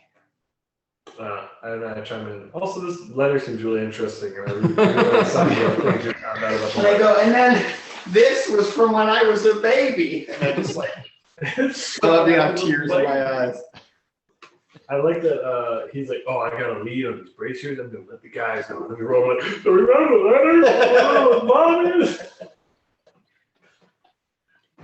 We've moved on. No, we're here. We're here. We rolled up. He says, what This is funny. I rolled a natural 20 on his knowledge planes check for Earl King Katalis, Yeah. and rolled a natural 1 for Master Favorn.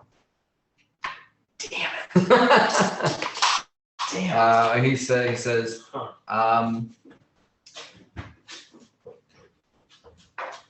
you had a cordial discussion with Earl King Katalis? Alar, it was more than cordial. He said I could send to him and update him on my journey. Now I don't know a lot about this Earl King, but it was a more than cordial interaction. He seemed highly amused by me and for me.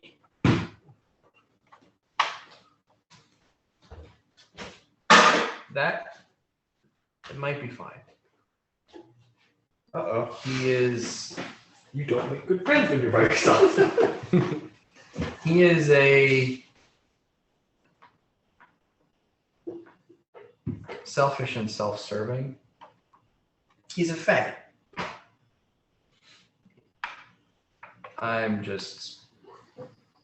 I've heard of dealings with him, and he is he looks out only for himself. Well, he's If he was interested in you, that could bode well or that could bode ill.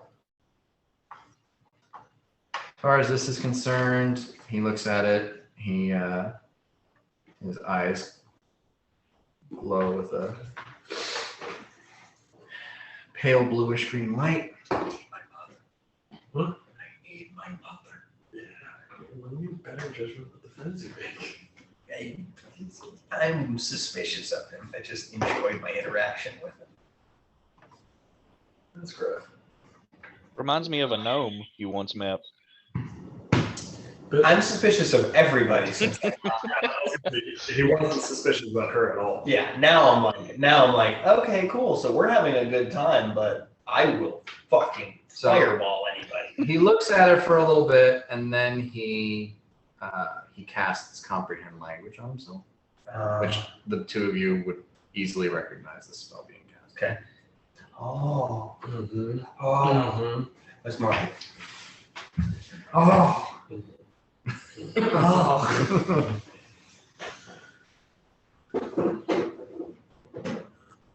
I could have done that. He hands the letter back to you, and then once you take it, he reaches into his sleeve and he pulls out a scroll and he hands that to you as well. And It's a the scroll of comprehend language.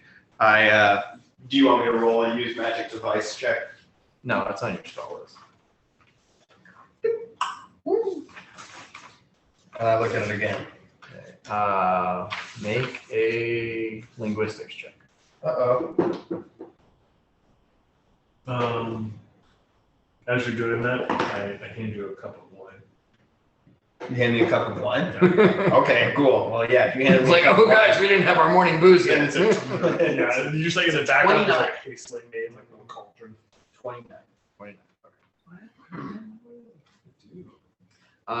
So between the magic and the your focus, you begin to see the words, like the lettering, the crayon lettering, sort of separate and expand, and it's still a painful read because you have to like constantly turn the page and follow along, and it says, this is the birth certificate of one Largo Favorn.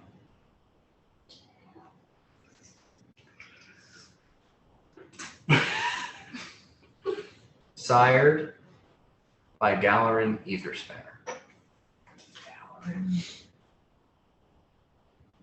Does that strike me as an inherently female or male? Sired. Oh, right. That's a Gal. really cool last name. Ether Spanner. Which to you sounds a little odd for a gnomish name. It's a little small, little under, like only 3 syllables on the first name and only 4 on the last. But it suggests the biggest thing ever. But it says, yeah, sired by Galar and Etherspanner.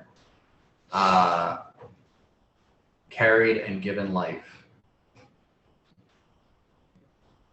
by the goddess baby. Fucking you! Goddamn it! Yes! Bro, you met your mom.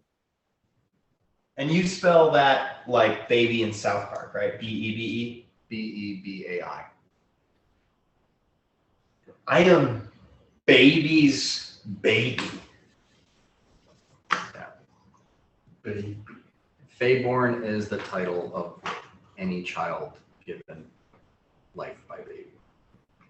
Damn. Oh, that's why I thought it was so fucking funny. Because you knew 'Cause your it own name. and you didn't know who means your that. mom was. That's really good. That's really clever. Everyone called you Master Fayborn except for Delic, who called you Little Fayborn. Okay. He's the only one that doesn't respect the title.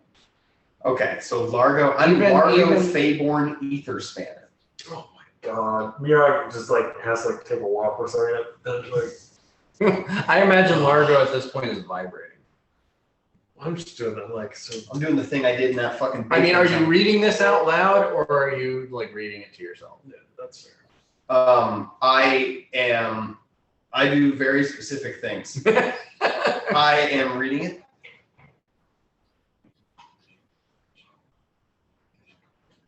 And then I go.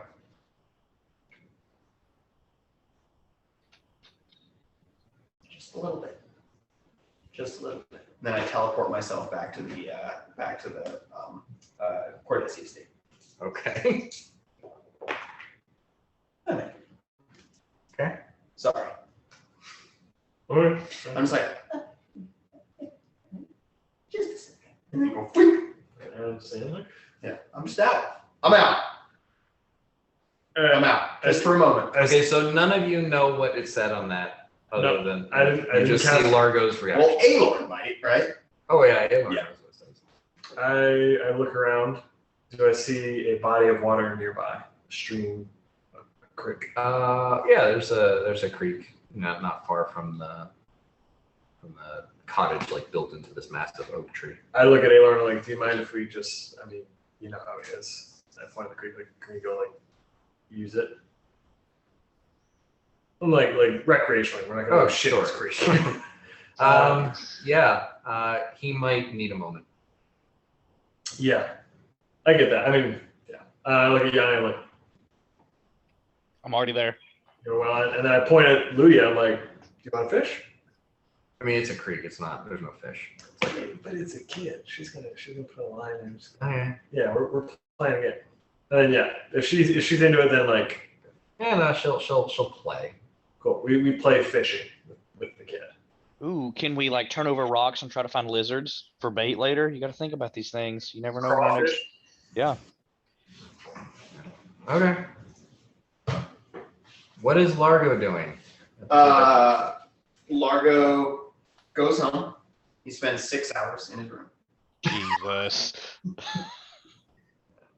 Okay. And then he comes back and his beard is shaved. He's clean shaven. What? What?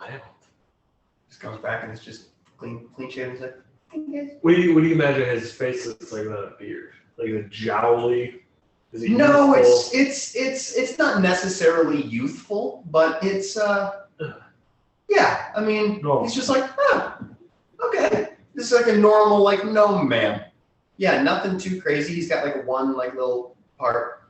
But those of you who are like a fly on the wall, he's just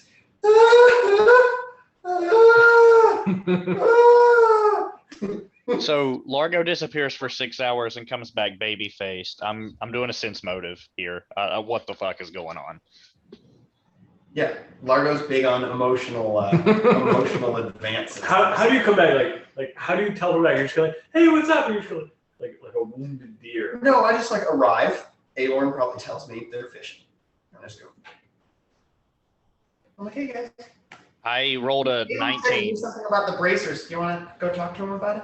What? I rolled a natural 19 on my sense motive check, so that is a 44, and I'm just staring daggers, like figuring you out.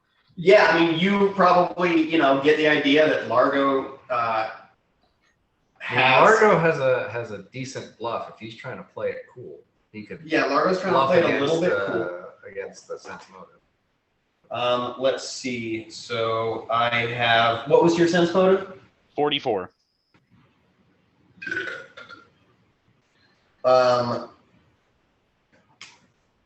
Let me do a little bit of thinking here. I got 43. So I mean, I guess with that, you get the sense that Largo is not telling you everything, but not really sure.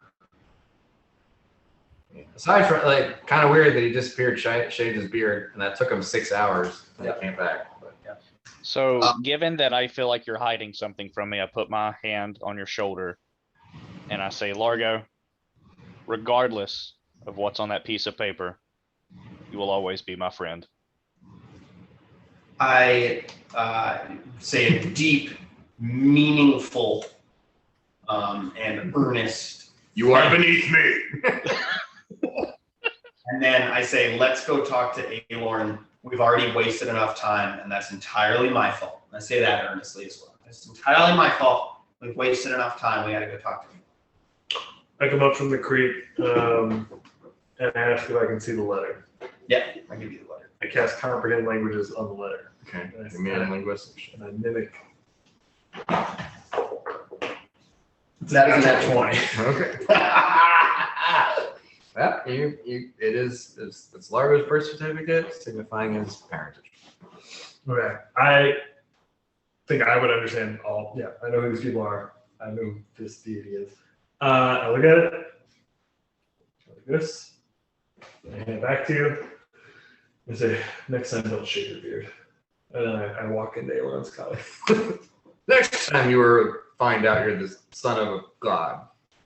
I've restarted myself. I'm new now. That's you get a dwarven no-no. yes. It's like, no beard. Like, Yeah. Merrick telling. I've been growing this beard for 100. I know, that's why he's incredibly upset with what you did. It is time for me not to have it until I live up to my name.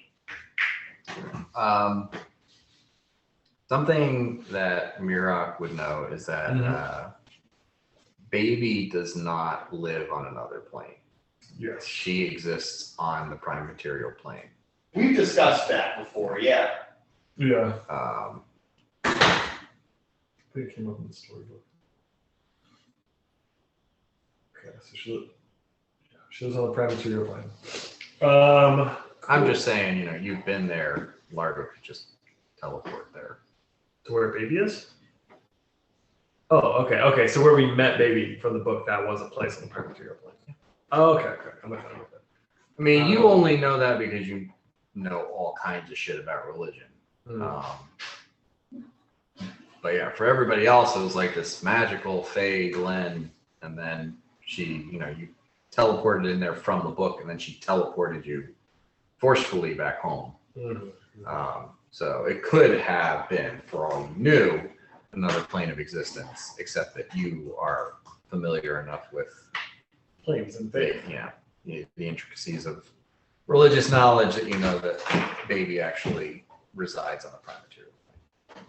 Okay, cool. And then while Largo's gone and we were just crawdadding and stuff, Mirok's just hanging out with Ludia, not really like trying to talk about anything specific, but he does like talk about we gotta go fight at Taras and all these things. But he's not being like, the world's gonna end. Just talking about what he has to do.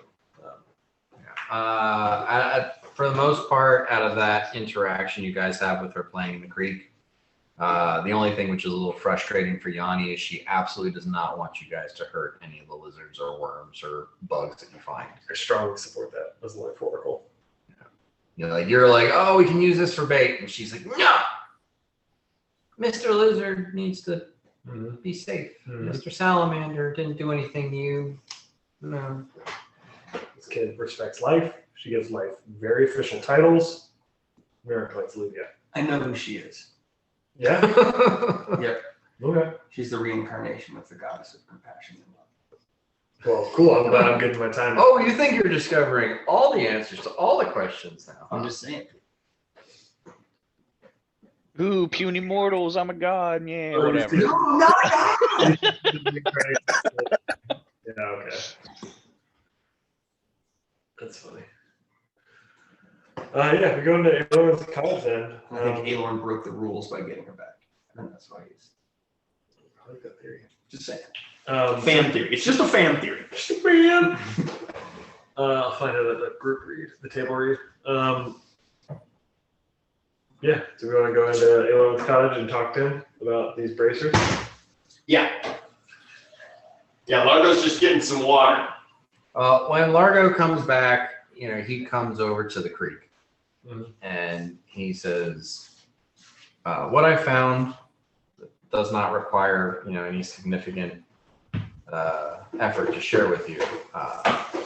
It's only that the last known possessor of these bracers was an archmage named Dalinod. He was a extremely powerful mage back before the weave was weakened. And, When they could cast level whatever spells. it's believed that the demi-plane he built for himself still exists somewhere. And that it can be accessed via portals that he left behind in the form of paintings of different rooms and sections of this demi-plane. So cool. There were many copies, many being somewhere in the vicinity of 15 to 50, hard to say, of a painting of the foyer. The paintings of other rooms may be unique, and if not, only a handful. But that's what you need. You need to find one of these paintings so you can access the demi-plane. Okay. I look at Bort and I'm like, Bort, you're always sizing the place up to steal. Have you seen any stupid, dumb paintings of just rooms? Probably in the obsidian, probably in the Delic temple. Because remember, there was like a bunch of amazing art. Yeah. Yeah, that's a good idea. Actually, Bort would notice like, oh, what's a valuable thing? What's a valuable thing? Why would you have a painting of a room in a room? Yeah. And he has like a praise check too. Okay. I rolled for Bort for a perception check and an intelligence check. Perception check was a natural 2, which is probably still pretty decent Yeah. for Bort. Yeah. The intelligence check was a natural 3. Okay. So he may have He's seen dead. these paintings. He doesn't remember any of them. I think a good first step is going to see if they have it at the what is it called again? The Black Citadel. The Black Marble Vault. Yeah. That's a good idea. Largo comes up to you. Hmm. I was thinking about this as I was in the bathroom. Largo comes up to you, and in response to the beard comment, he doesn't say that it's in response to the beard comment. Sure. But he says, "I never earned it." I look at you for a second and I go, then how did it grow? It's just like it doesn't make sense. Yeah. You grow a beard as you earn the beard. I just go and walk away. Yeah. So Good notes. Yeah, because then George's like, my beard is bigger because I'm better. I earned it. yeah. Aelorn says, if I had come across such a painting, I would have kept it for my collection. I have not. Yeah. As far as I know, there's no such paintings in Solomon at the moment. Okay. That's not to say there aren't some in Antolon somewhere or somewhere else that's accessible to you. But if knowledge about it exists, and knowledge about it is what I found, I am sure, as they say, where there is a will, there is a way. Wonderful. This is wonderful news. I think the Black Marble, it's a good place to go. To return to our crock pot, I think it wouldn't hurt to send a couple sending spells to the Duchess, Gabber, Okay. Ramplon. I can do that. people. that- Largo, you're friends with a certain Mark LaFlette. Is he into art? Is Mark LaFlette into art? I don't think so. I didn't see any like paintings or anything. Actually, you saw one painting and it was of himself. And it was a great painting. However, I'm the son of a god. I'm not kidding. but no, I'm not kidding. Eric's just really trying to process. Like he watched a now immortal being murder the son of another immortal being. Half of his friends are gods now. Very weird. Well, half of his friends are like, yeah, Bort may be effectively immortal. Yeah, somehow. Who knows what's going on with Largo? And then his other two friends are in royal families. Yeah. He's got his town. He is made. I got my town. I got my HGTV TV show. It's Well, going good. I mean, to be fair, there are people who border on worship Murok at this point too. Yeah, he doesn't. Mirac's He doesn't like that enormously stuff. important. I'm making up as like a pity party thing. He's just genuinely like, holy fuck, who am I hanging out Largo says, "Who the fuck am I?" with? Mother! He shaved his beard. It's had an interesting 24 hours. We're gonna have to get you a new mini. No, it's coming back. He's just gonna earn it this time. Well, remember the last time you were in the presence of your mother, you got younger. That's true. That's true. But I'll let what happens happen. So have you told the rest of us yet, or is it just you and Mirok that know? I haven't told you. out of respect for Largo. Yeah, I haven't. Alorn hasn't said anything. I haven't said anything. I will, but yeah, Mirak hasn't said anything. So Yanni looks at your clean-shaven face and then looks at Uhtred and says, maybe I'll grow like a mustache or something. What do you think? They're very beautiful on women.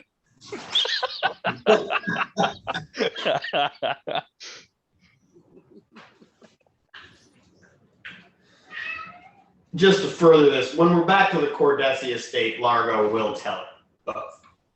No, whatever, dude. It's I bullshit. mean, it's your lineage. If you don't want to share it, don't share it. No, he'll tell you because he's trying to keep it kind of hidden, but he is rather excited that his name, Largo's name, is Master Largo Feyborn Etherspan. That's just kind of exciting. Were you told at any point to find your mother, to seek her?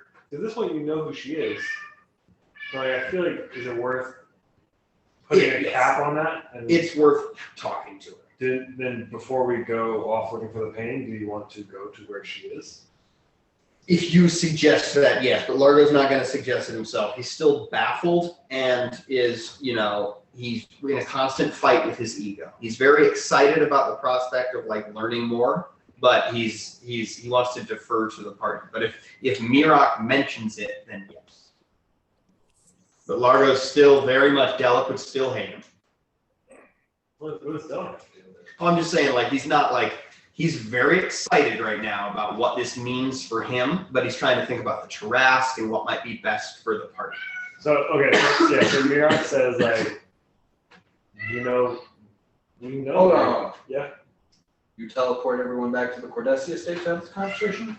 Sure, yes, Okay. if it's easy enough. I just want to know, Yeah. what resources and like where you guys are when you're having these conversations and whatever. I admit, Because yeah, like Alor just comes over to the creek when you show up. And it's like, hey, this is what I wanted to tell you. Mhm. And it seems pretty succinct enough that you guys don't really have a lot of questions for him. You are preparing yourselves to chase down some other yes. options, lines of, investigation. And I'm just checking, are you having this conversation next to the creek, or are you going back to Cordessi estate, or what? Let's go back to Cordessi. So I've done If we're going one grader. if we're going back to the Cordessi estate, I would offer to use my rod of like the gate, whatever, just to save you a spell. Okay, then so 2 teleports and 1 greater is what I've used today. Yeah. All right, let's go. Cool. So what you relayed to the group, and I asked them, we know where your mother is. Do you want to finish this conversation with her? But have you told everybody? Once we're back in the Cordessi estate, I said that I would say it. Yes. Okay. So I say if you think that it is of an importance for what we're trying to do right now, yes. But this is a very private matter for me that I don't want. I can go do this later. Mirak takes it a second. And he says, this is not a private matter. Okay. You're our friend. Uh-huh. You've fought with us. You've died with us. He's already starting to cry. Yeah, Mirak's just like, yeah. So Mary's like, you're not a burden to us. Weeping. You are our friend. Weeping. Do you want to meet your mother? 2 more minutes of weeping, Sure. and then yes. Okay, cool. Yeah. Mirak sees Largo minimizing. He's like, no, dude, like you're Largo Fable. Yeah. I'm master, and then you say you're Largo Favorn. Master Largo Favorn, Peter Spanner. And then I put a hand on your shoulder and I say, Master. And 3 more minutes of crying. Cool. Cool. And I'm looking at you guys and I'm like, just get some beer, get some oatmeal. This will be a minute. Oh yeah, I'm just right there, just watching Largo cry, eating some oatmeal. And then once you settle down, I'm like, we're all in the room. And So we've been to the fucking grove. Look at him like, you know where it is. All right. So I greater teleport everyone to the fucking grove of the Avatar of Fate. Everyone? You know you're gonna do this with everybody, or I wasn't sure if you were gonna do us. No, everybody, especially after the rousing speech that you gave. I'm waking up like everybody's coming. Yeah, it wasn't just Yeah. Everyone. I think everyone would want to go because again, like it's Largo's mom. I think Bort wants to be there. I would like to thank your mother for helping, for saving my family.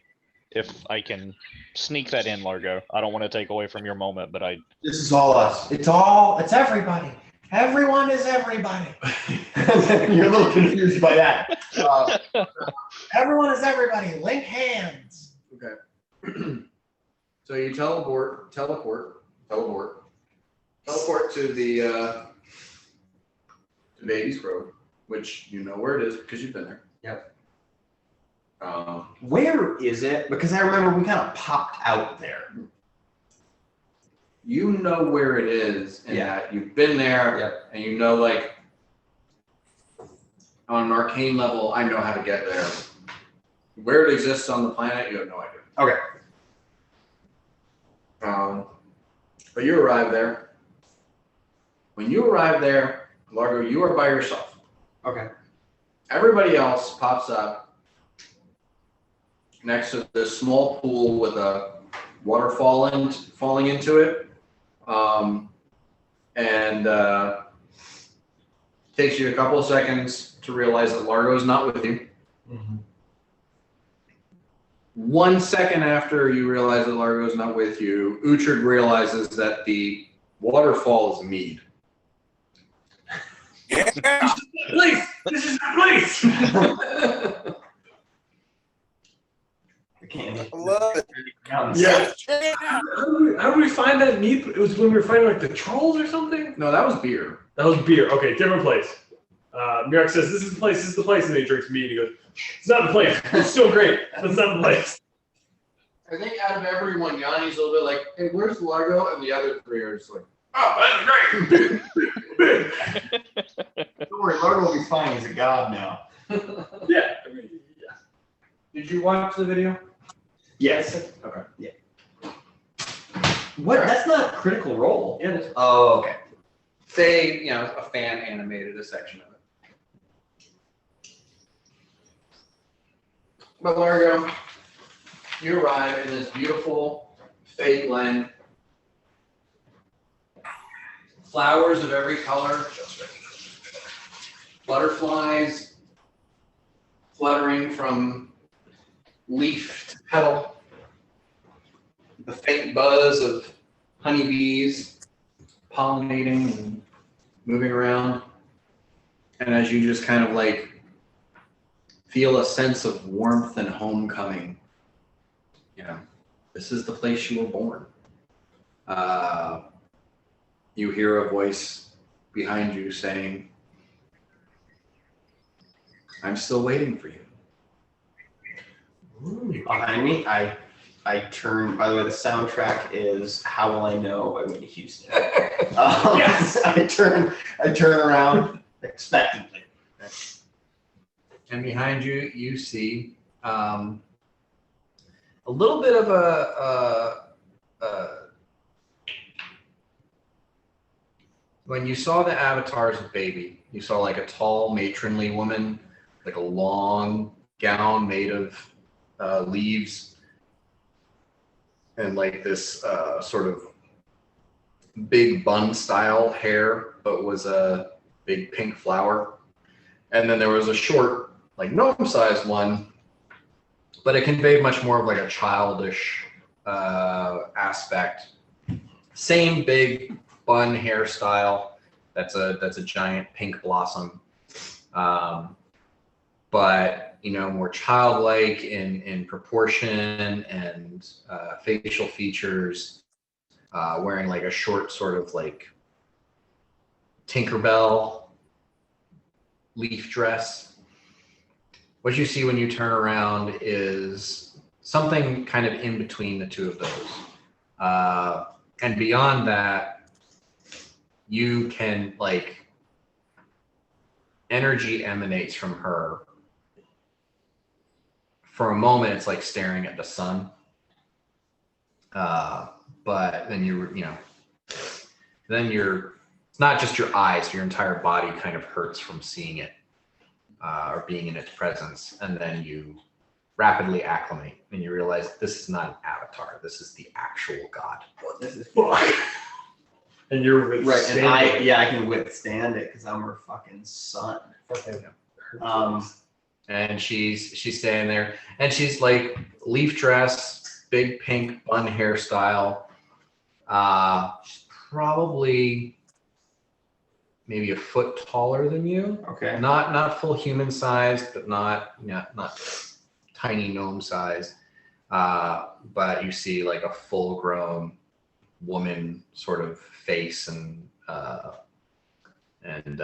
body shape, and like the longer leaf dress that the matronly avatar was wearing, and she just. Oh, I'm hugging so hard. And after all the hugging, I have two questions, and we can just go through these. My first question is how, and my second question is, do I have any siblings? So the first question, she says, your father was one of the most entertaining and powerful illusionists that ever existed on Aldajor. Crying. Margaret's crying. He pulled off something so incredible that it caught the attention of the gods. Not all good attention. He passed away 50, 60,000 years ago. Was it the fucking cataclysm? That you and I talked about at New Belgium. Yeah, he wasn't responsible for any of the cataclysms. Who would be the fucking Tarask? Is he the one who put the Tarask in the thing? She's kind of vague about it. It's, but, well, he passed away some 60,000 years ago, and then he was put to rest 50,000 years ago. But when he was still alive and before his problems, he caught my eye and we spent some time together. And that's how you were created. And a little while later, I noticed that I seeded, and just a tiny little strawberry seed. I put it in my pouch. I forgot about it. Understandable. Right. That doesn't phase Largo. And around 150 years ago, give or take, I found the seed when I was cleaning out my pouch, and I decided to plant it. And then you sprouted. And somebody had to be responsible for you. So I found some people and I left you there. And I waited and you found me. I'm just so happy. The second question? Second question. Oh, you've had siblings over time. I don't know if any of them are still kicking around. Probably if they are, they're in the Feywild somewhere. Most of my children eventually find their way there and settle down. Not all of them are immortal, but most of them are. And Largo goes, I am not, right? Have you died of old age yet? Not yet. Well, then we'll see. Okay, fair. Another question that I have, if I may ask it, is now to me, what me and my friends are about to encounter, and I'm sure you know about it, is a huge, huge deal. And it might not exist as a huge, huge deal to you. Is there any point of advice you can give me that would help me and my friends along our way? Or is this just something I need to figure out on my own? I think you have most of what you need as far as information is concerned. As far as help that can come from me, realize that creature was created by all of us. And it serves a purpose for all of us. And there are some gods who are very unhappy that it has not been doing what it was supposed to be doing for the past so many years. Yeah. Maybe I knew what was coming. Maybe you are the help that I'm lending this world. You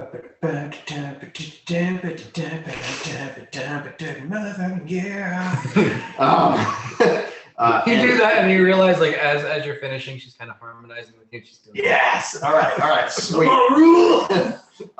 And then my last question. I said I need to get back to what I should be doing right now.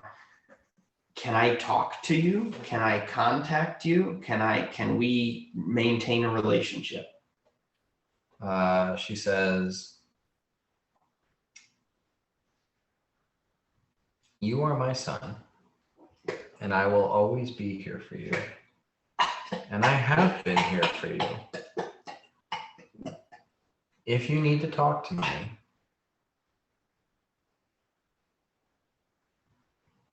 every little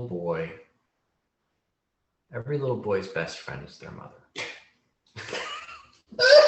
You are my little boy, so just call up your sleeping friend and talk to him as if he was me. Cool. And I go, I must get back. We have many things to do. Thank you for this. And then I go, and she just starts singing with you and like dancing. And, yeah, she's totally there for it. all right, sweet. We finished the song. And then She tells you your friends are just through those rose bushes over there. I'm here as myself, but if I was my full self in front of them, could have dire consequences. Yep. So as well, you have a little bit of me in you that could become more. Okay. Now that you are aware, it might be something that you can explore. Wonderful. Wonderful. What I have learned from being, for lack of a better word, immortal, mortal, not immortal, is an abundance of caution. And I promise that I will only explore the part of you that is inside me with the caution that befits innocence and love. Okay.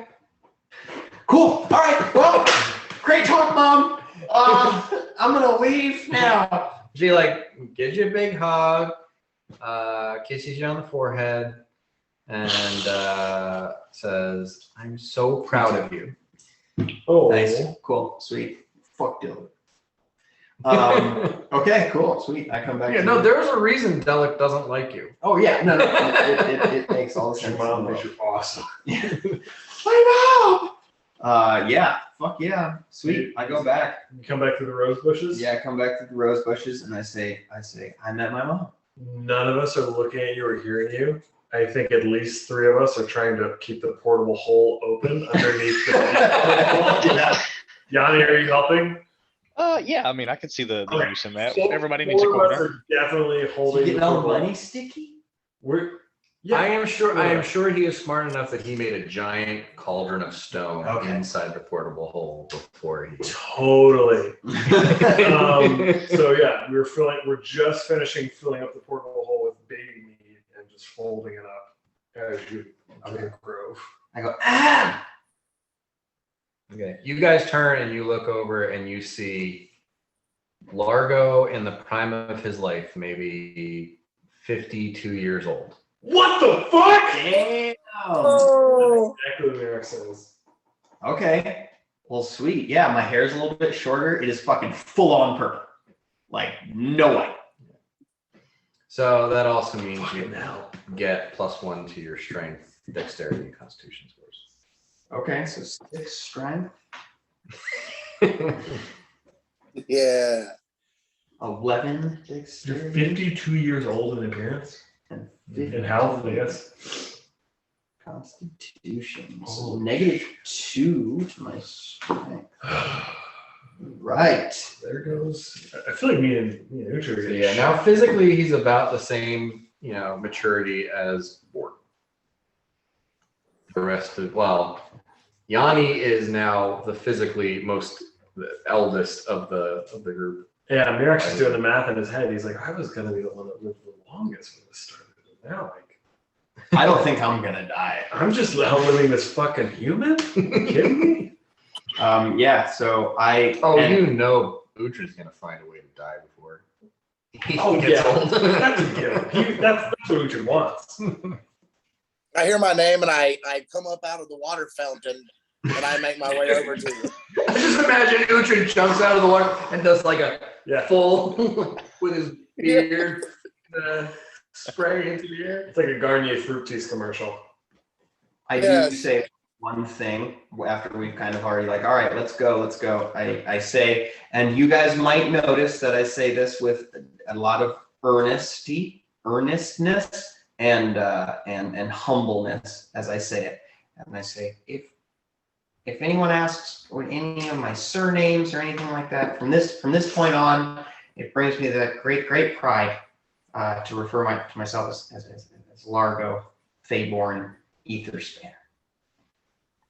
It gives me great joy to use that name. I am no longer Largo the White. I am no longer Dysentery. I have found my true name, and I would appreciate it if you, as my friends, would use it both with and without my presence. Yanni is, at this point, I would imagine, shit-faced on Mead since he doesn't partake often. Fuck yeah. He goes, shut up, God boy. And I go up and I just give you a big old high five. Largo, let us leave. Did you say sleep? Leave. Let's go. No, stop talking. yeah, sleep. All right. So here we go. Yeah, Mirak approaches Your you. mom's the stupid gun. Let's go. Mirak claps you in Dwarfish. Your mom kidnapped his daughter. That's true. That is true. Yeah. He says, Master Edith's back. Faborn, we're ready. Because he's not drunk, because he had to coordinate. Taking 2,000 gallons of your mom's beer. And I say, everyone is everything. And everyone links arms. And we greater teleport back to the Cordesia estate and hopefully sleep. Okay. Well, I mean, it's like maybe 1 in the afternoon. Largo's passed out on the table. We would also drink a lot of meat, which has a high sugar content. Okay. So, doing some back of the napkin. We have 67 barrels, Glenn, of baby meat. Yeah. So when we get back to the Cordesia estate, I let you and Board know, I'm like, we need 67 barrels. Actually, really 68. It's 67.74. We need 60 Uhtred. barrels empty immediately. Oh, You got to market this. Isn't this something that Mira can just make?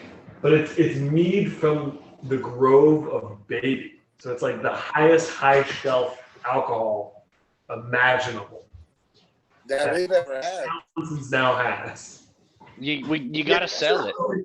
Just so much. I will meat. say, it is taste-wise absolutely delicious. It has like this honeysuckle taste. It's just sweet and natural and like an incredibly flavorful drink. Mhm. The alcohol percentage is like 2. It's the perfect drink. Yeah, it's the perfect drink. It's right up my alley. Ooh. All the proceeds can be donated to Largo's orphanarium. No, Boom. we're good on that. Okay, that's cool too. Who's just like, we're not doing that. Delic likes me. And Mirak's doing this because he's like, you have bars all along my road, and I would like you to have God alcohol. It's pretty cool. Yeah. I don't know how many times I told you guys that the schmutz on the letter was ambrosia, the literal food of the gods, and you're like, oh sweet, let's get high. We did. Never took it as a clue. We did. Yeah, we didn't take it. I never figured that it would be fucking baby. I figured it would be like some sort of demigod. Yeah, I thought it was like someone who was like at the court of a god or something. And that was like, I gave ambrosia to Erica. and I think your mom would approve of that. You guys all took a hit of it and just like fucked around. Yeah, it was awesome. That's why I wanted Erica to have it. I had You like mentioned the drugs? stone boat. that was worth it. Yeah, Did and you- the stone boat came in hell of a hand. Oh, You it was also great. gave some to those mushroom people things, right? I did. Oh, that was Yeah. awesome. That was a good one too. Yeah, that's what it's there for. Yeah, they really liked that. Yeah, no, I've been dropping hints since you guys were like level 8. Yeah. I didn't think it would be. I was like, oh yeah, Largo's got some. I didn't think it would be the straight up god. Yeah, I only thought it'd be baby literally this session. I love that Master Largo Faborn Etherspan. The note was signed with a flower, which is the symbol of baby in Yeah. her religion. We didn't roll the checks on it. I was late. I was a late Yeah. comer. And I'm just like sitting there thinking, okay, if they use comprehend language, detect magic, and pass a linguistics check, we'll figure it out. And that could have been done at any point in time in the campaign since you got the letter. I just wrote baby as my deity on my character sheet. My deity's my mom. Yeah, that's very Largo. It's really he is a fucking I Nancy. worship my mom. I mean, that's who you were Yeah. acting in in accordance with for pretty much the entirety of the campaign anyway. yeah. For a moment, you thought maybe you would worship Zorinda, but that's not who you were actively worshiping. So I was just curious about Zorinda. I mean, we all, you become a teenager, Yeah. reject your parents. Yeah, teenager at 152. Yeah. Fuck, I hit 52. God Dude, I'm looking fucking excellent. I'm like super fucking clean shaven and dapper. damn. You guys start on beard now? Yeah, I'll start very good. but like my hair is probably down to here. And you know how there's like, it's like kind of old school, like it's just everything's combed back, kind of like Patrick Bateman. Why? It's just like, it's like everything's it's big hair, but it's combed back, Oh, and it's just a deep purple. one So on the color. water, One color. Okay. purple, I mean, so yeah, we are gonna have to make it a different one. with like little shocks of white, salt and pepper, but if the pepper is purple. Like if someone saw you, they would be like, oh, it's a whole different note.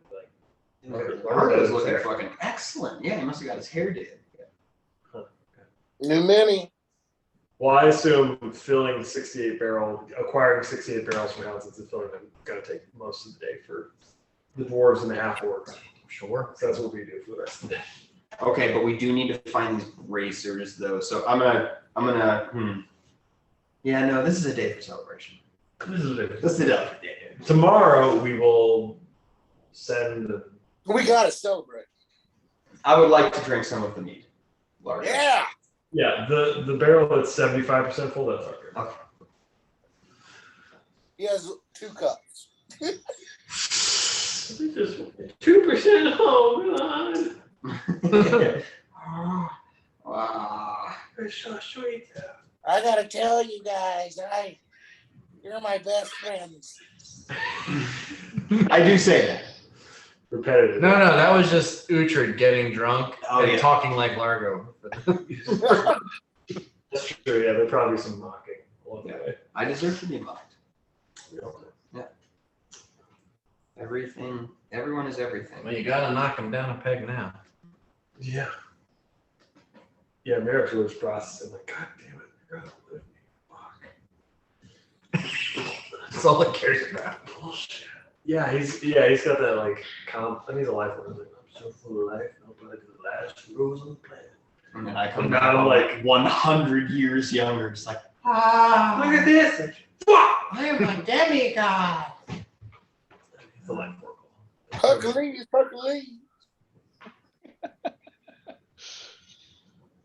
Okay, so that was one day. We celebrate. a hell of a day. Hell of a day. I checked for any mail from Bleda regarding my inquiries about Alec Tanner, and then just target logistics and shit. But we don't have to do that here in session. You're inquiring about the man you're gonna let die? Yeah, I want to know like who is he? What's his Okay. deal? Does he have a family? Like what's his profession? I'm assuming he's a tanner. Yeah. Wouldn't it be better if you just didn't learn anything about him and let him die? That way you don't feel so guilty. Have you heard of the Catholic Church? Touche. Where are we celebrating at? Are we at our house?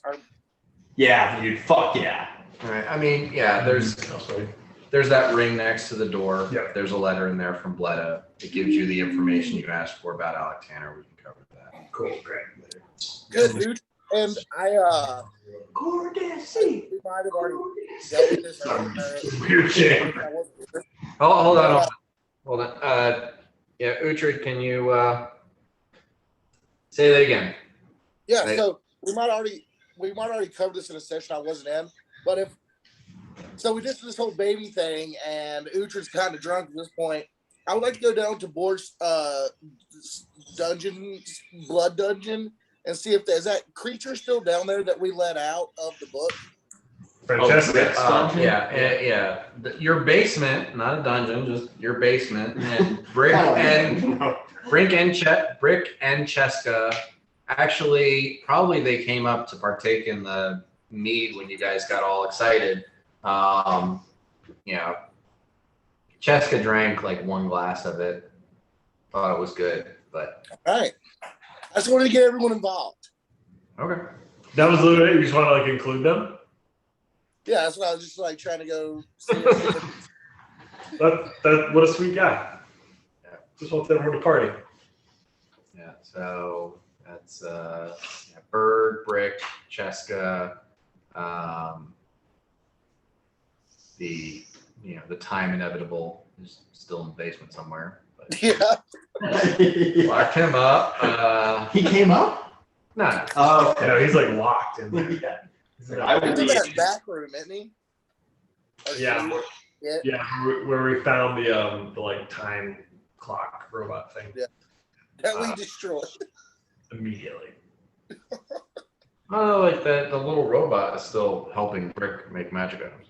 Yeah, the bigger thing was. Oh, the bigger thing, yeah. Yeah. Broke that. Just We trying didn't to like that. anybody else living in the Cordesia estate at the moment. I mean, we can Everybody always else send has it kind to of moved along. Yeah, Dakota's gone. Dakota's in his lead line Well, house. Dakota's gone as well. Yeah.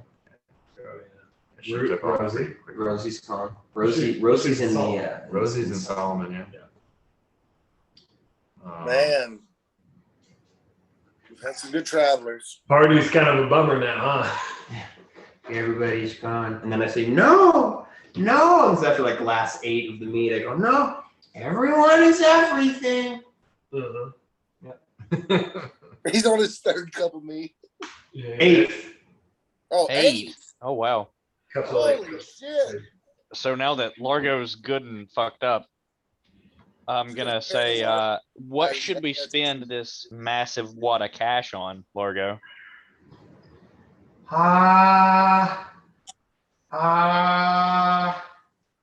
A Trojan Tarrasque.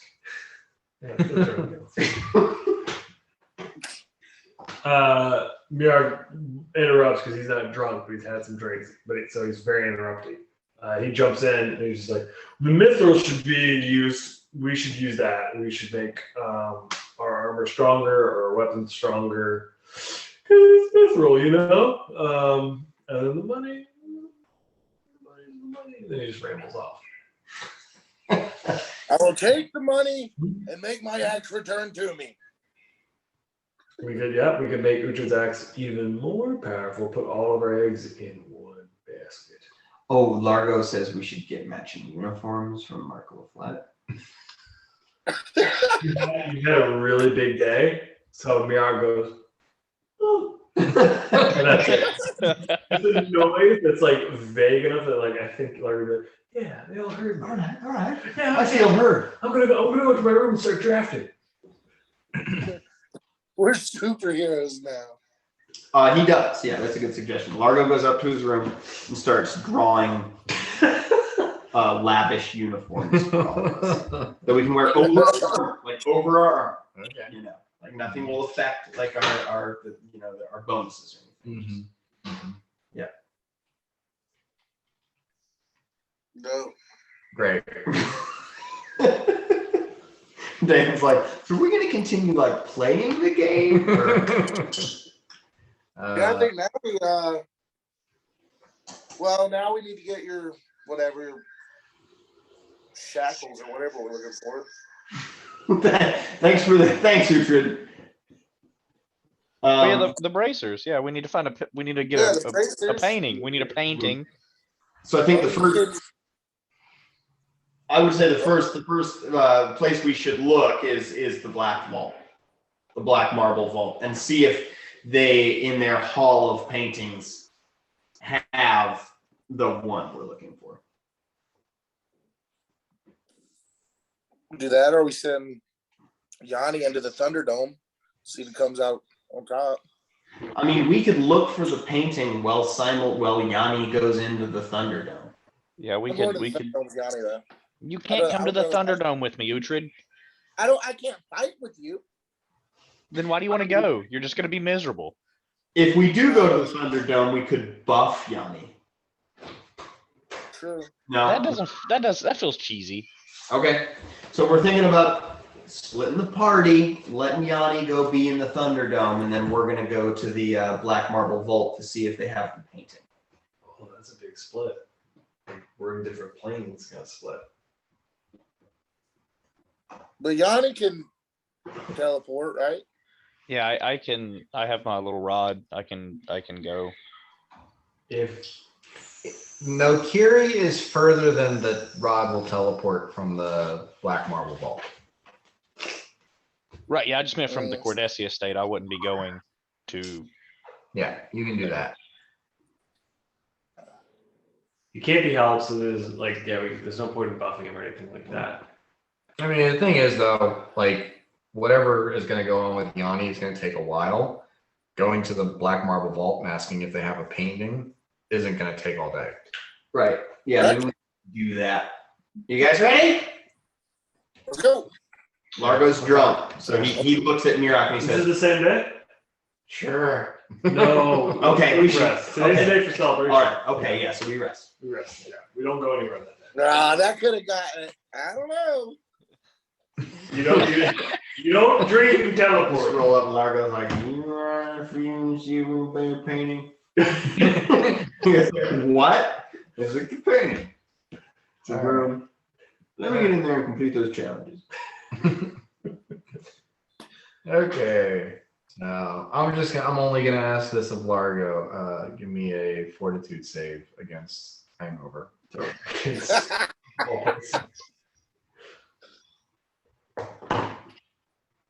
16. you're good. Okay. Very mild headache. You kind of move around a little bit, get some water, feel better. Do I still look 52? Oh yeah. That's crazy. Check. All right, let's go downstairs, everybody.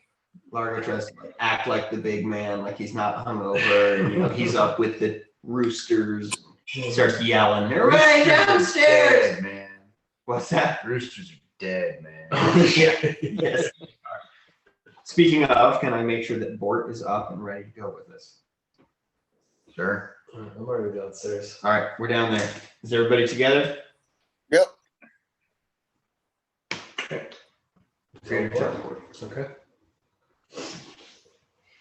Okay. You guys go to the Black Marble Vault. You get the attention of the Vault Keeper, Amleth. Talk to him about buying one of the paintings. He asks which one you're interested in. You tell him you're looking for this one of Dalinod's paintings. Yeah. He says, hold on, let me check if we have one of those. I roll percentile die. 5. They do not. They do not.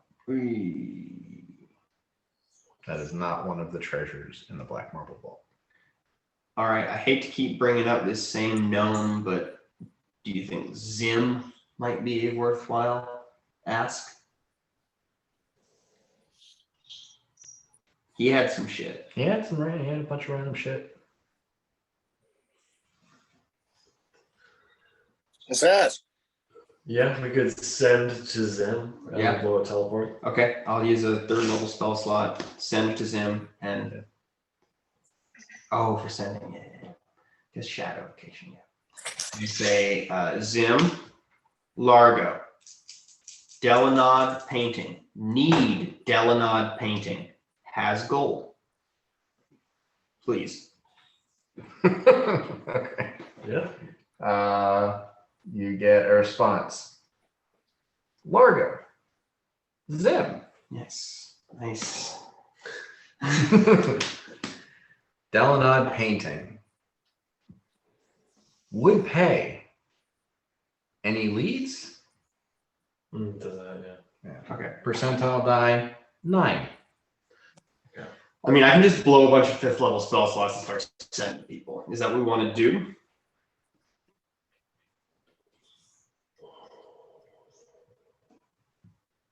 Yeah. Okay.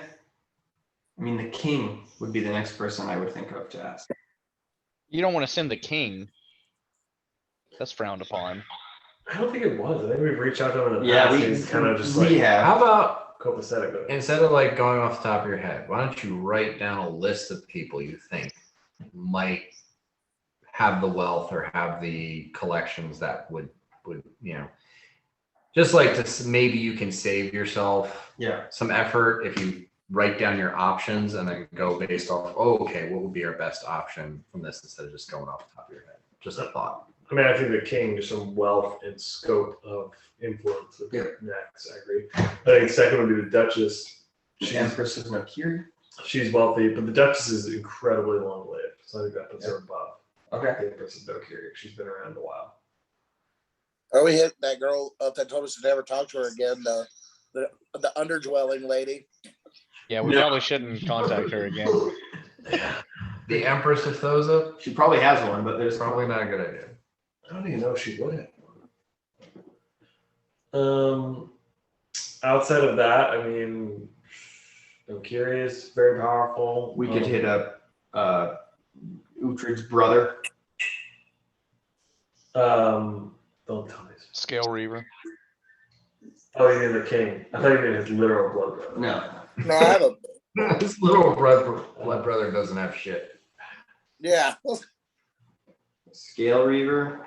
Technically, he doesn't even get the Scale Reaver name because it only goes up and down. That's good because that guy sucked. What's his name? Feiston? Trifid. Trifon, that's it, yeah. He might be a little salty. Yeah. I mean, yeah, outside of that, like, it's who values art and knowledge. Ooh, what about Bort's What about Mark Buddy. the Flip? Bort's Yeah. the guy that got us out of the underdwell, Bort's dude guy. Oh, okay. Seymour. He traffics humans. I don't think he's trafficking fine art of rooms that have access to a data. He knows a lot of people. Hear me out. Mm-hmm. Hear me out. Let me see if I have his name written down.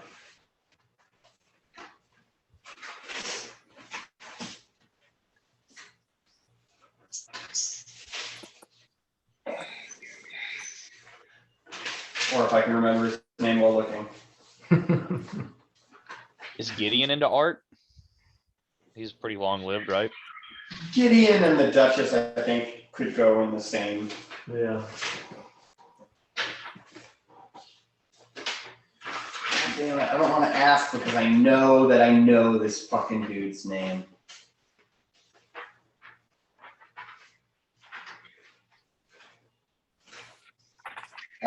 Yeah. God, what is his name? What is his name? The fucking gnome that we helped. Gillignip. Gillignip. Was he an art dealer? Dude, no, he's just like seems like a classy dude who might have some shit. He had his own like a fucking little tower and shit. Yeah, He you seemed were in like his tower. He was a sage who specialized in Goblin. goblins. Yeah. You've been in his house. Yeah, didn't have a painting. Okay, never mind. He didn't have anything of immense value. That was a good idea. We could, on that note, that related to we could maybe talk to the Thieves Guild. Yeah. They probably are very aware of paintings. I mean, that would be Seymour. Yeah, Seymour is the Thieves Guild now. Yeah, you're right. I forgot that. I think so Seymour, Duchess, and the Kings. Yeah, in reverse order. Okay. Yeah. So those are our four. So who's the first person on the list you want? I think the King of Antelope. Yeah. Excellent. Very similar, message that I sent to Zim. All right. And you're sending that to the king or directly? I mean, he knows Yeah. what's up. Yeah, he sends a fuck ton of gold. We send it to one of his aides who knows what moves like this. You get a message back. I own a lot of paintings. I don't know the details of all of them. I will check with my curator. I bust out another sending spell to say, thank you so much, Your Highness. We appreciate your help in this matter. Please save your reply. Oh, it has to be done. He can't wait. Oh, okay. It's going to be the next 20 words out of his mouth. Okay. Well, then I say thank you so much. I will check in with you tomorrow. Says, your efforts are respected and appreciated. I'll speak with you tomorrow. You're checking in with the king tomorrow. Who's next on the list? The Duchess? Do we just want to teleport to her, or that puts us back in the place? I mean, we're gonna have to teleport out of here anyways. Yeah, that's true. So why don't we just teleport to her? Teleport directly to the fucking audience chambers. Yeah. That'd be kind of funny. You guys want to do that? It already kind of poses that We'll question. do like courtyard. Yeah. Okay, courtyard. All right, courtyard. Here we go. Boom. Where we got caught wearing the fucking dragon scale. Her bedroom. Okay, you teleport to the courtyard of Castle Delane, and you know the castle guard like react to your sudden appearance, and there's like movement towards you, and someone says, "It's the roses are red," and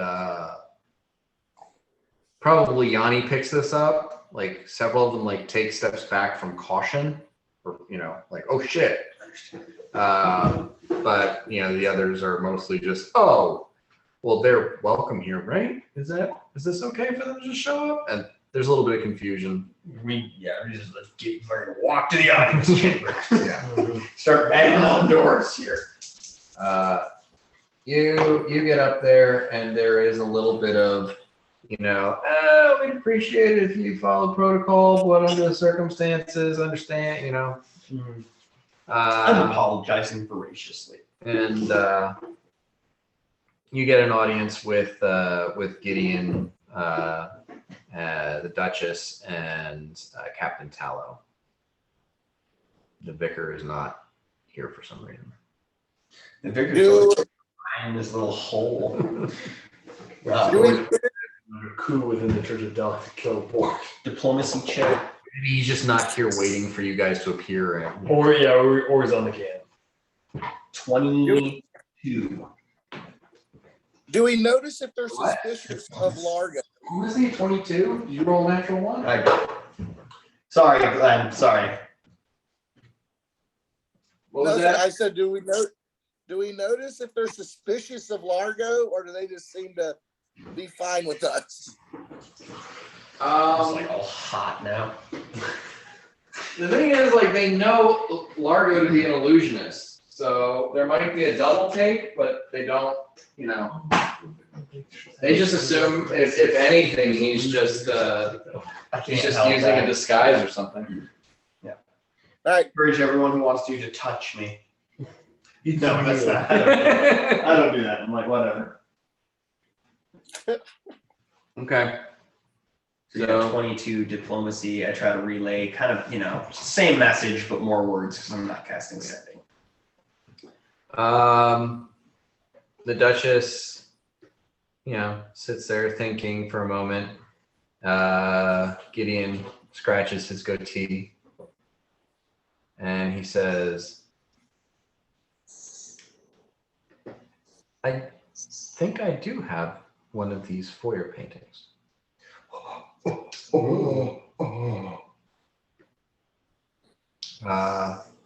And he goes to the side of the throne room, much like the first time you were here. He takes a piece of chalk out and he draws a door shape on the wall. And then he opens that door and walks in. And like 5 seconds later, a door appears on the other side, and he walks out of that carrying a like 4 foot wide by 6 foot tall gold framed painting. And he comes out and he turns it so it's facing you guys, and you just see a painting of a room with a red carpet. There's a hallway leading out from it. It's like slate gray floors and walls, some columns to hold up a lightly vaulted ceiling, and it's just a foyer, incredibly detailed, very lifelike, but otherwise extremely boring. Cast detect magic. Very strong magic. Very strong conjuration magic. Cool. I would say let's transport this to the Cordessi estate. Unless you just want to enter it now. Do you ask Gideon it? Yeah.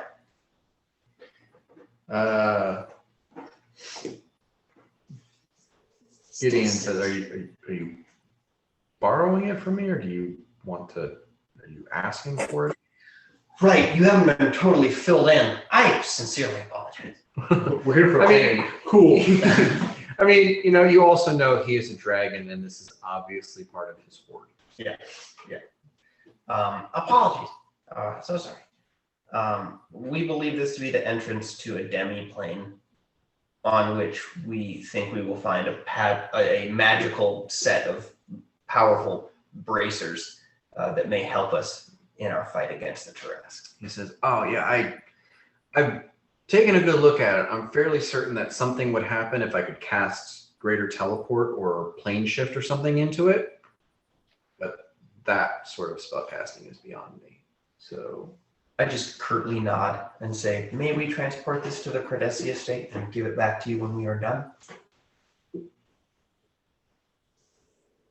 yeah, and you can tell like there's an aspect of him who's like, but greater good and everything.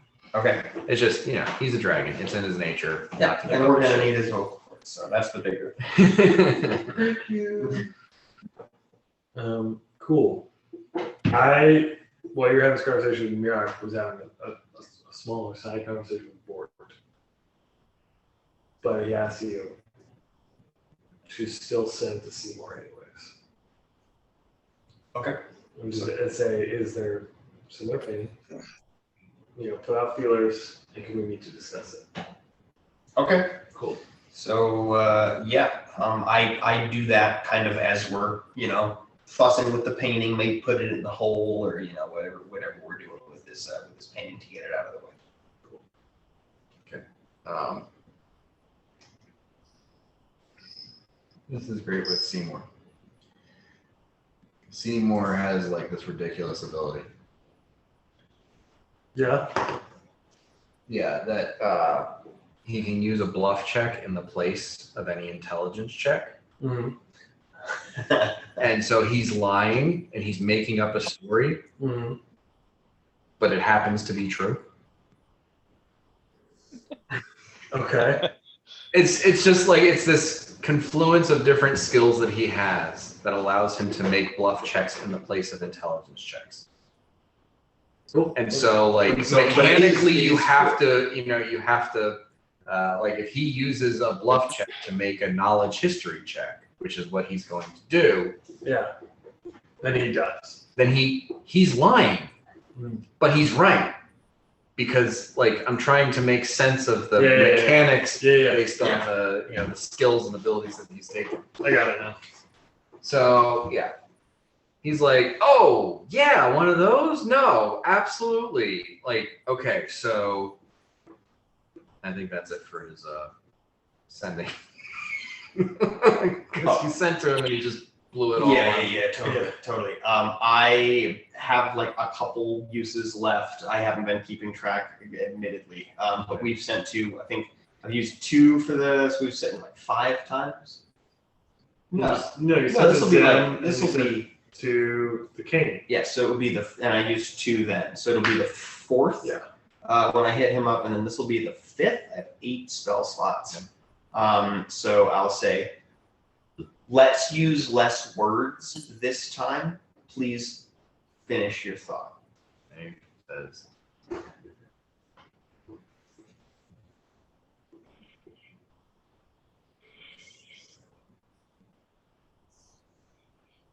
right.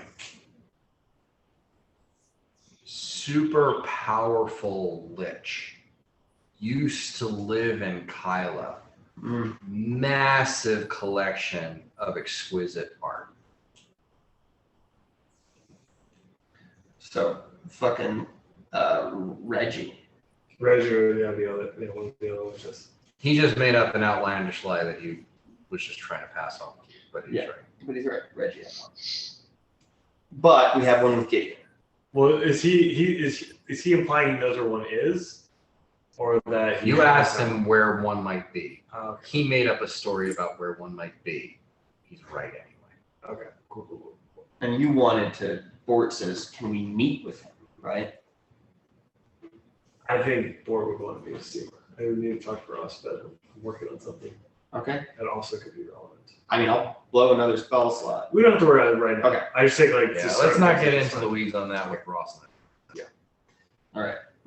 Well, yeah. So let's roll away to the Cordessia estate and fucking cast greater teleport. Well, rest. Largo asks for rest. So maybe like spend the rest of the day doing. You blew a day on your mom. Yep. Right now, it's probably 9 o'clock in the morning. Yeah.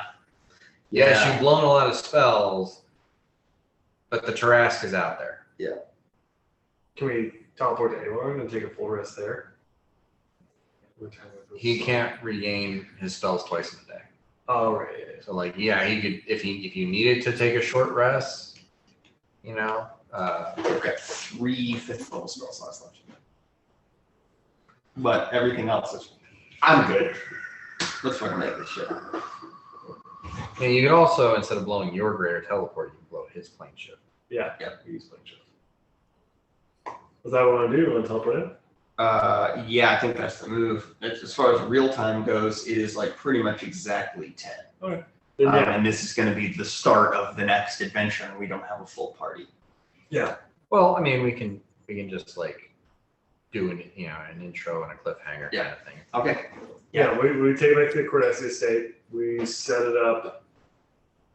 I think it's appropriate where the inevitable is. Okay. And we say, Berg, if anyone comes in this, in the house, fucking annihilate him. And then Merrick plane shifts us into the painting. Yes. Oh no, I used a teleport as well, so I have 2 5th level spell slots. Okay. You set up the painting, I guess, in the basement. Yeah, somewhere, I don't know where it seems safest. Okay. So like there were 3 rooms in the basement. You sealed off one with the inevitable. And then there's where Brick does his stuff and he also kind of like sleeps down there. And then there's just like a big open storage area that's got some old furniture. And you never really did much with it. It's got a safe in there that you guys might have put stuff in, but I don't know if you've been keeping track of it. But there's plenty of wall space in there too, so you can either lean the painting against the wall or try to affix it to a wall or something. Doesn't seem like that's pertinent to the function of it. Okay, cool. Yeah, we lean against the wall. I tell Brick, hey, like in like 15 minutes, could you throw a tarp over this? And then we can plane shift in. You plane shift in. I assume this is everybody and Otis. Yeah. Whole crew. Okay. You arrive in a circular room with 4 archways and cardinal directions out from where you're standing, which is on a sort of raised circular platform in the center of the room. You can see there's like 2 steps down that goes into the rest of the room. The carpet comes out from here, goes down the stairs, flawlessly trails out into 3 hallways, except there is no hallway leading south. There's a archway and then just stone behind it. Similar, identical archways in the other 3 directions, but there are halls leading out.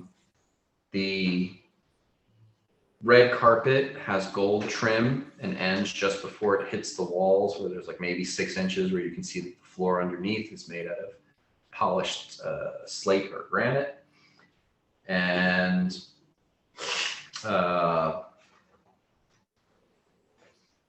standing there, you realize that there is an identical golden threshold to the frame of the painting that you entered.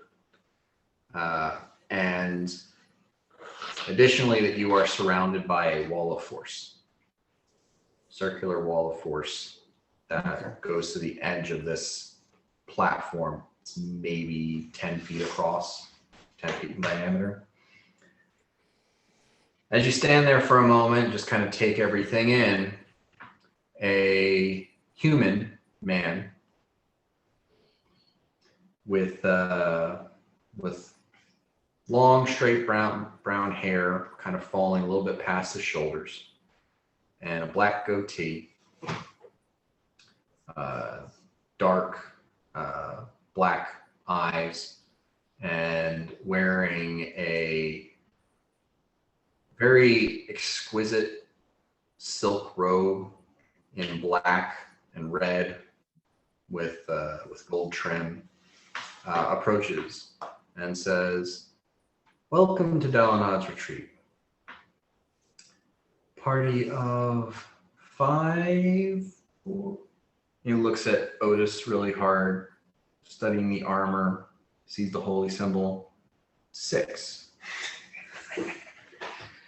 Are you staying for a few days, a few weeks, or longer? A few days. That will be 100 gold pieces each. I say okay, and Casually reach into do a portable hole and just fall in. I would assume that some of you, like Bort's probably like, yeah, no, it's not all in there, and he just pulls 600 gold pieces out of his fuck pouch. Yeah, I don't want to say that. I am sure that Bort did not allow all of that money to go into the portable hole without some of it going into his pocket first. Makes sense. And you know, when he shows that he has the money, the wall of force comes down. The person there collects it and says, I'm Dalen. I am the concierge. Let me know how I can enlighten your stay. And we'll end it there. Okay. That's cool. All right. Should have intimidated him. Look at 100. What'd you say? What? So we should have intimidated him just for 100 total gold pieces. I think he would have kicked us out of his painting house. Yeah. Oh, well, you'll find out next week.